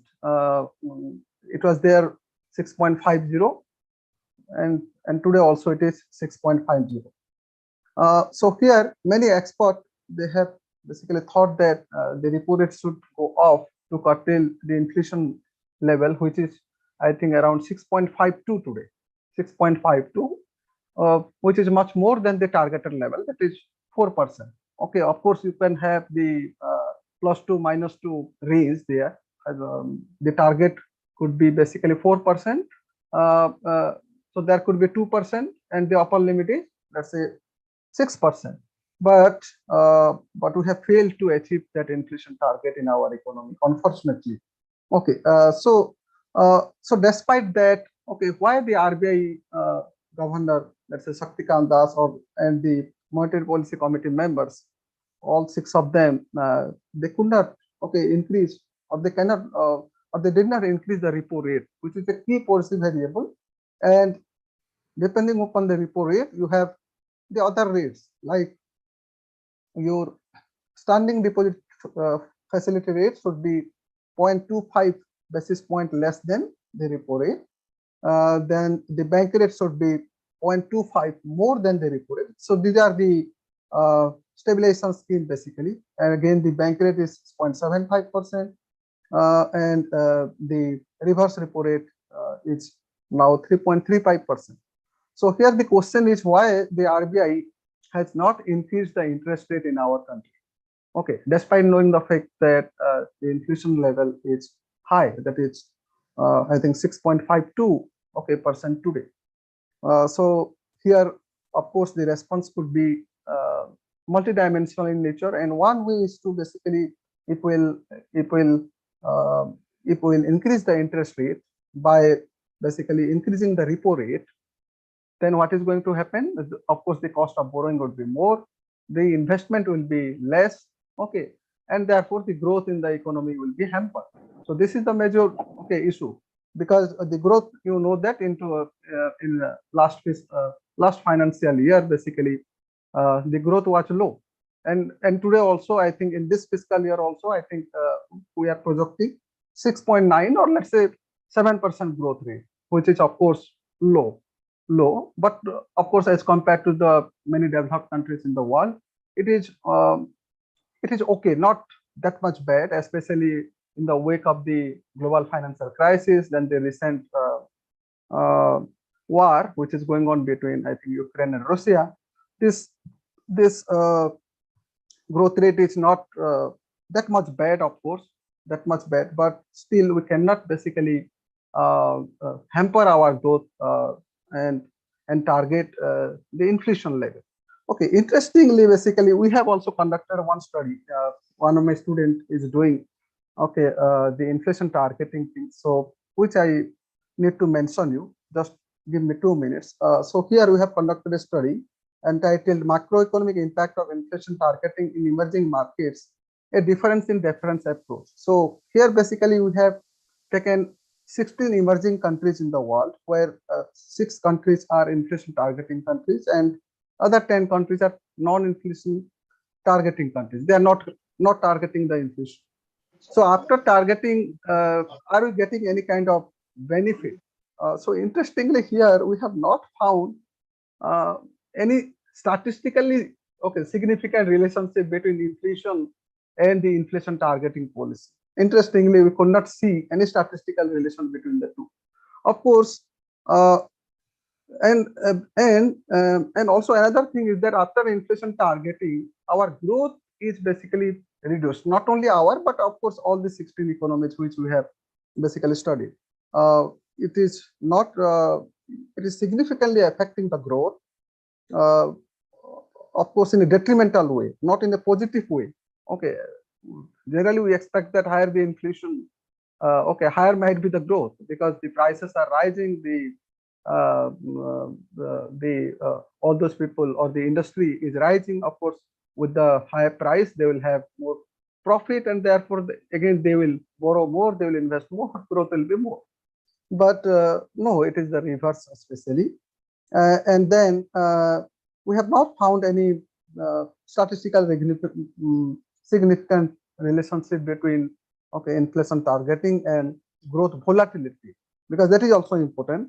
And then another thing we observed that after adoption of IT, we have a higher exchange rate volatility. Again, there is another problem. But so far as the inflation persistence is taken into account, we found that after the inflation targeting, basically the inflation persistence is remaining same or it is stagnant for those countries who have adopted the inflation targeting policy, but it has gone up. The inflation persistence has gone up for those countries. Rest of the, I think, 10 countries who have basically not undertaken the IT policy. So I think in only one point we got a positive response of inflation targeting, but not from the other perspectives like the exchange rate thing, or let's say growth, or let's say reducing the inflation.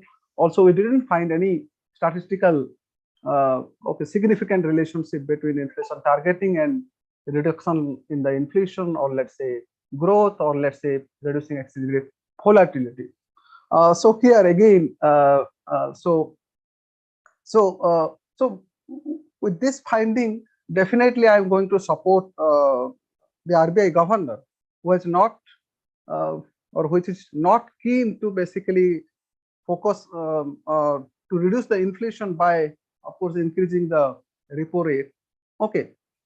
But he is focusing on the growth now. Of course, it is Of course, it could be a controversial thing, but still, this is what the monetary policy has done recently. They have not basically increased the repo rate. So here, then again, I think Professor Mahore, he basically elongated the discussion.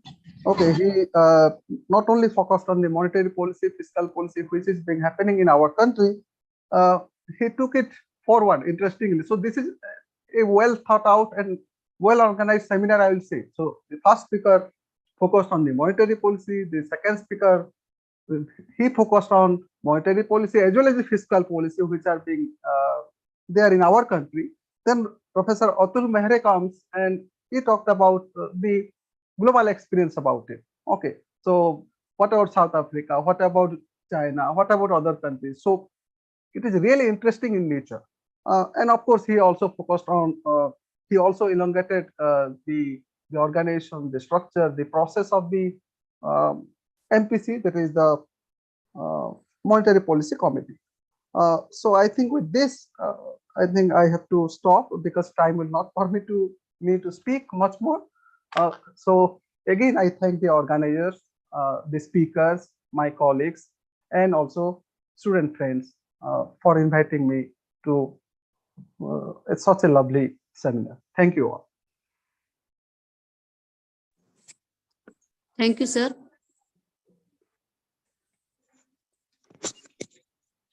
समारोपीय कार्यक्रमाचा आजच्या या शेवटच्या टप्प्यामध्ये one day state level सेमिनारच्या समारोपीय कार्यक्रमात मान्यवरांच्या आभारासाठी मी प्राध्यापक डॉक्टर बहुरूपी सरांना इथे आमंत्रित करते. Doctor बहुरूपी sir.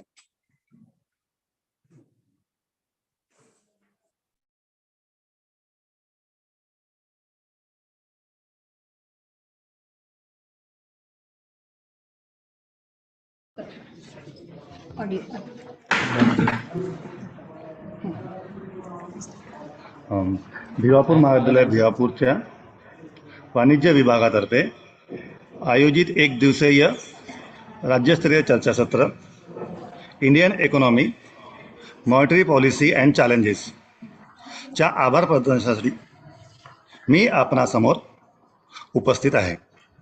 सर्वप्रथम आमच्या अध्यक्षा माननीय श्रीमती सुमन मालाताई मुळक व आमच्या संस्थेचे आदरणीय सचिव साहेब श्री राजेंद्रजी मुळक यांना मी धन्यवाद देऊ इच्छिते. त्यांच्या प्रेरणेमुळे आमच्या एक दिवसीय चर्चासत्र यशस्वी झालेला आहे. मी वाणिज्य विभागातर्फे आमच्या महाविद्यालयाचे प्राचार्य आदरणीय डॉक्टर जोबी जॉर्ज सर यांच्या ऋणी आहे. त्यांनी आम्हाला या कार्यक्रमाच्या यशस्वीतेसाठी एका योग्य मार्गदर्शनासाठी मदत केली. धन्यवाद सर. आजच्या या चर्चासत्राच्या उद्घाटनाचे प्रमुख वक्ते डॉक्टर संजय कवीश्वर सर यांनी आम्हाला मोलाचे मार्गदर्शन केले. त्याबद्दल त्यांचे मी आभार मानतो. पहिल्या टेक्निकल सेशनचे अध्यक्ष डॉक्टर आनंद देशमुख सर यांनी आमच्या विनंतीला मान देऊन या कार्यक्रमाला उपस्थिती दर्शवली. त्याबद्दल त्यांचे मी आभार मानतो. तसेच डॉक्टर समित माहुरे यांनी सुद्धा आमच्या विनंतीला मान देऊन दुसऱ्या टेक्निकल सेशनचे अध्यक्षपद स्वीकारले व आम्हाला मोलाचे मार्गदर्शन केले. त्याबद्दल त्यांचे मी आभारी आहे. तसेच डॉक्टर विभूती रंजन मिश्रा यांनी समारोपीय कार्यक्रमाचे अध्यक्षपद स्वीकारून आम्हाला उपकृत केले. त्याबद्दल मी त्यांच्या आभारी आहे. तज्ज्ञ मार्गदर्शिका डॉक्टर इंदू मजुमदार यांनी पहिल्या टेक्निकल सेशनचे आम्हाला मोलाचे मार्गदर्शन केले. त्याबद्दल मी त्यांच्या आभारी आहे. तसेच प्रमोद लोणारकर सर यांनी दुसऱ्या टेक्निकल सेशनमध्ये आम्हाला मोलाचे मार्गदर्शन केले. त्याबद्दल त्यांचे आभारी आहे. या एक दिवसीय चर्चासत्रामध्ये संचालनाची धुरा यशस्वीपणे ज्यांनी सांभाळली अशा डॉक्टर अनिता महावदेर मॅडम यांचे पण मी आभार व्यक्त करतो. तसेच आमच्या महाविद्यालयाच्या IQAC coordinator doctor Vinita Virgandham madam यांनी वेळोवेळी आम्हाला सहकार्य केले. त्याबद्दल त्यांचे मी आभारी आहे. आमच्या महाविद्यालयाच्या विज्ञान शाखेच्या सर्व प्राध्यापक वृंद यांनी या सत्राला यशस्वी करण्यासाठी तांत्रिक सहकार्य पुरविले. त्याबद्दल मी त्यांचे आभारी आहे. तसेच या चर्चासत्राला वेळात वेळ काढून उपस्थित झालेले सर्व पार्टिसिपेट माझे विद्यार्थी यांचे सर्वांचे मी आभारी आहे. या चर्चासत्राला यशस्वी करण्याकरिता सहकार्य केलेल्या आमच्या महाविद्यालयातील सर्व शिक्षक व शिक्षकेतर कर्मचाऱ्यांचा मी आभारी आहे. या चर्चासत्राच्या यशस्वीतेसाठी प्रत्यक्ष व अप्रत्यक्षपणे सहकार्य केलेल्या सर्वांचे मी आभार मानतो व माननीय अध्यक्षांच्या परवानगीने हा एक दिवसीय चर्चासत्र इथेच संपला असे मी घोषित करतो. धन्यवाद सर. धन्यवाद सर. सरांच्या या आभारानंतर मी पार्टिसिपंटना अशी विनंती करते की त्यांनी चॅट बॉक्स मध्ये जी फीडबॅक लिंक आलेली आहे तर ती फीडबॅक या ठिकाणी त्यांना सर्टिफिकेट मिळेल. तेव्हा सर्वांनी फीडबॅक लिंक भरायची आहे.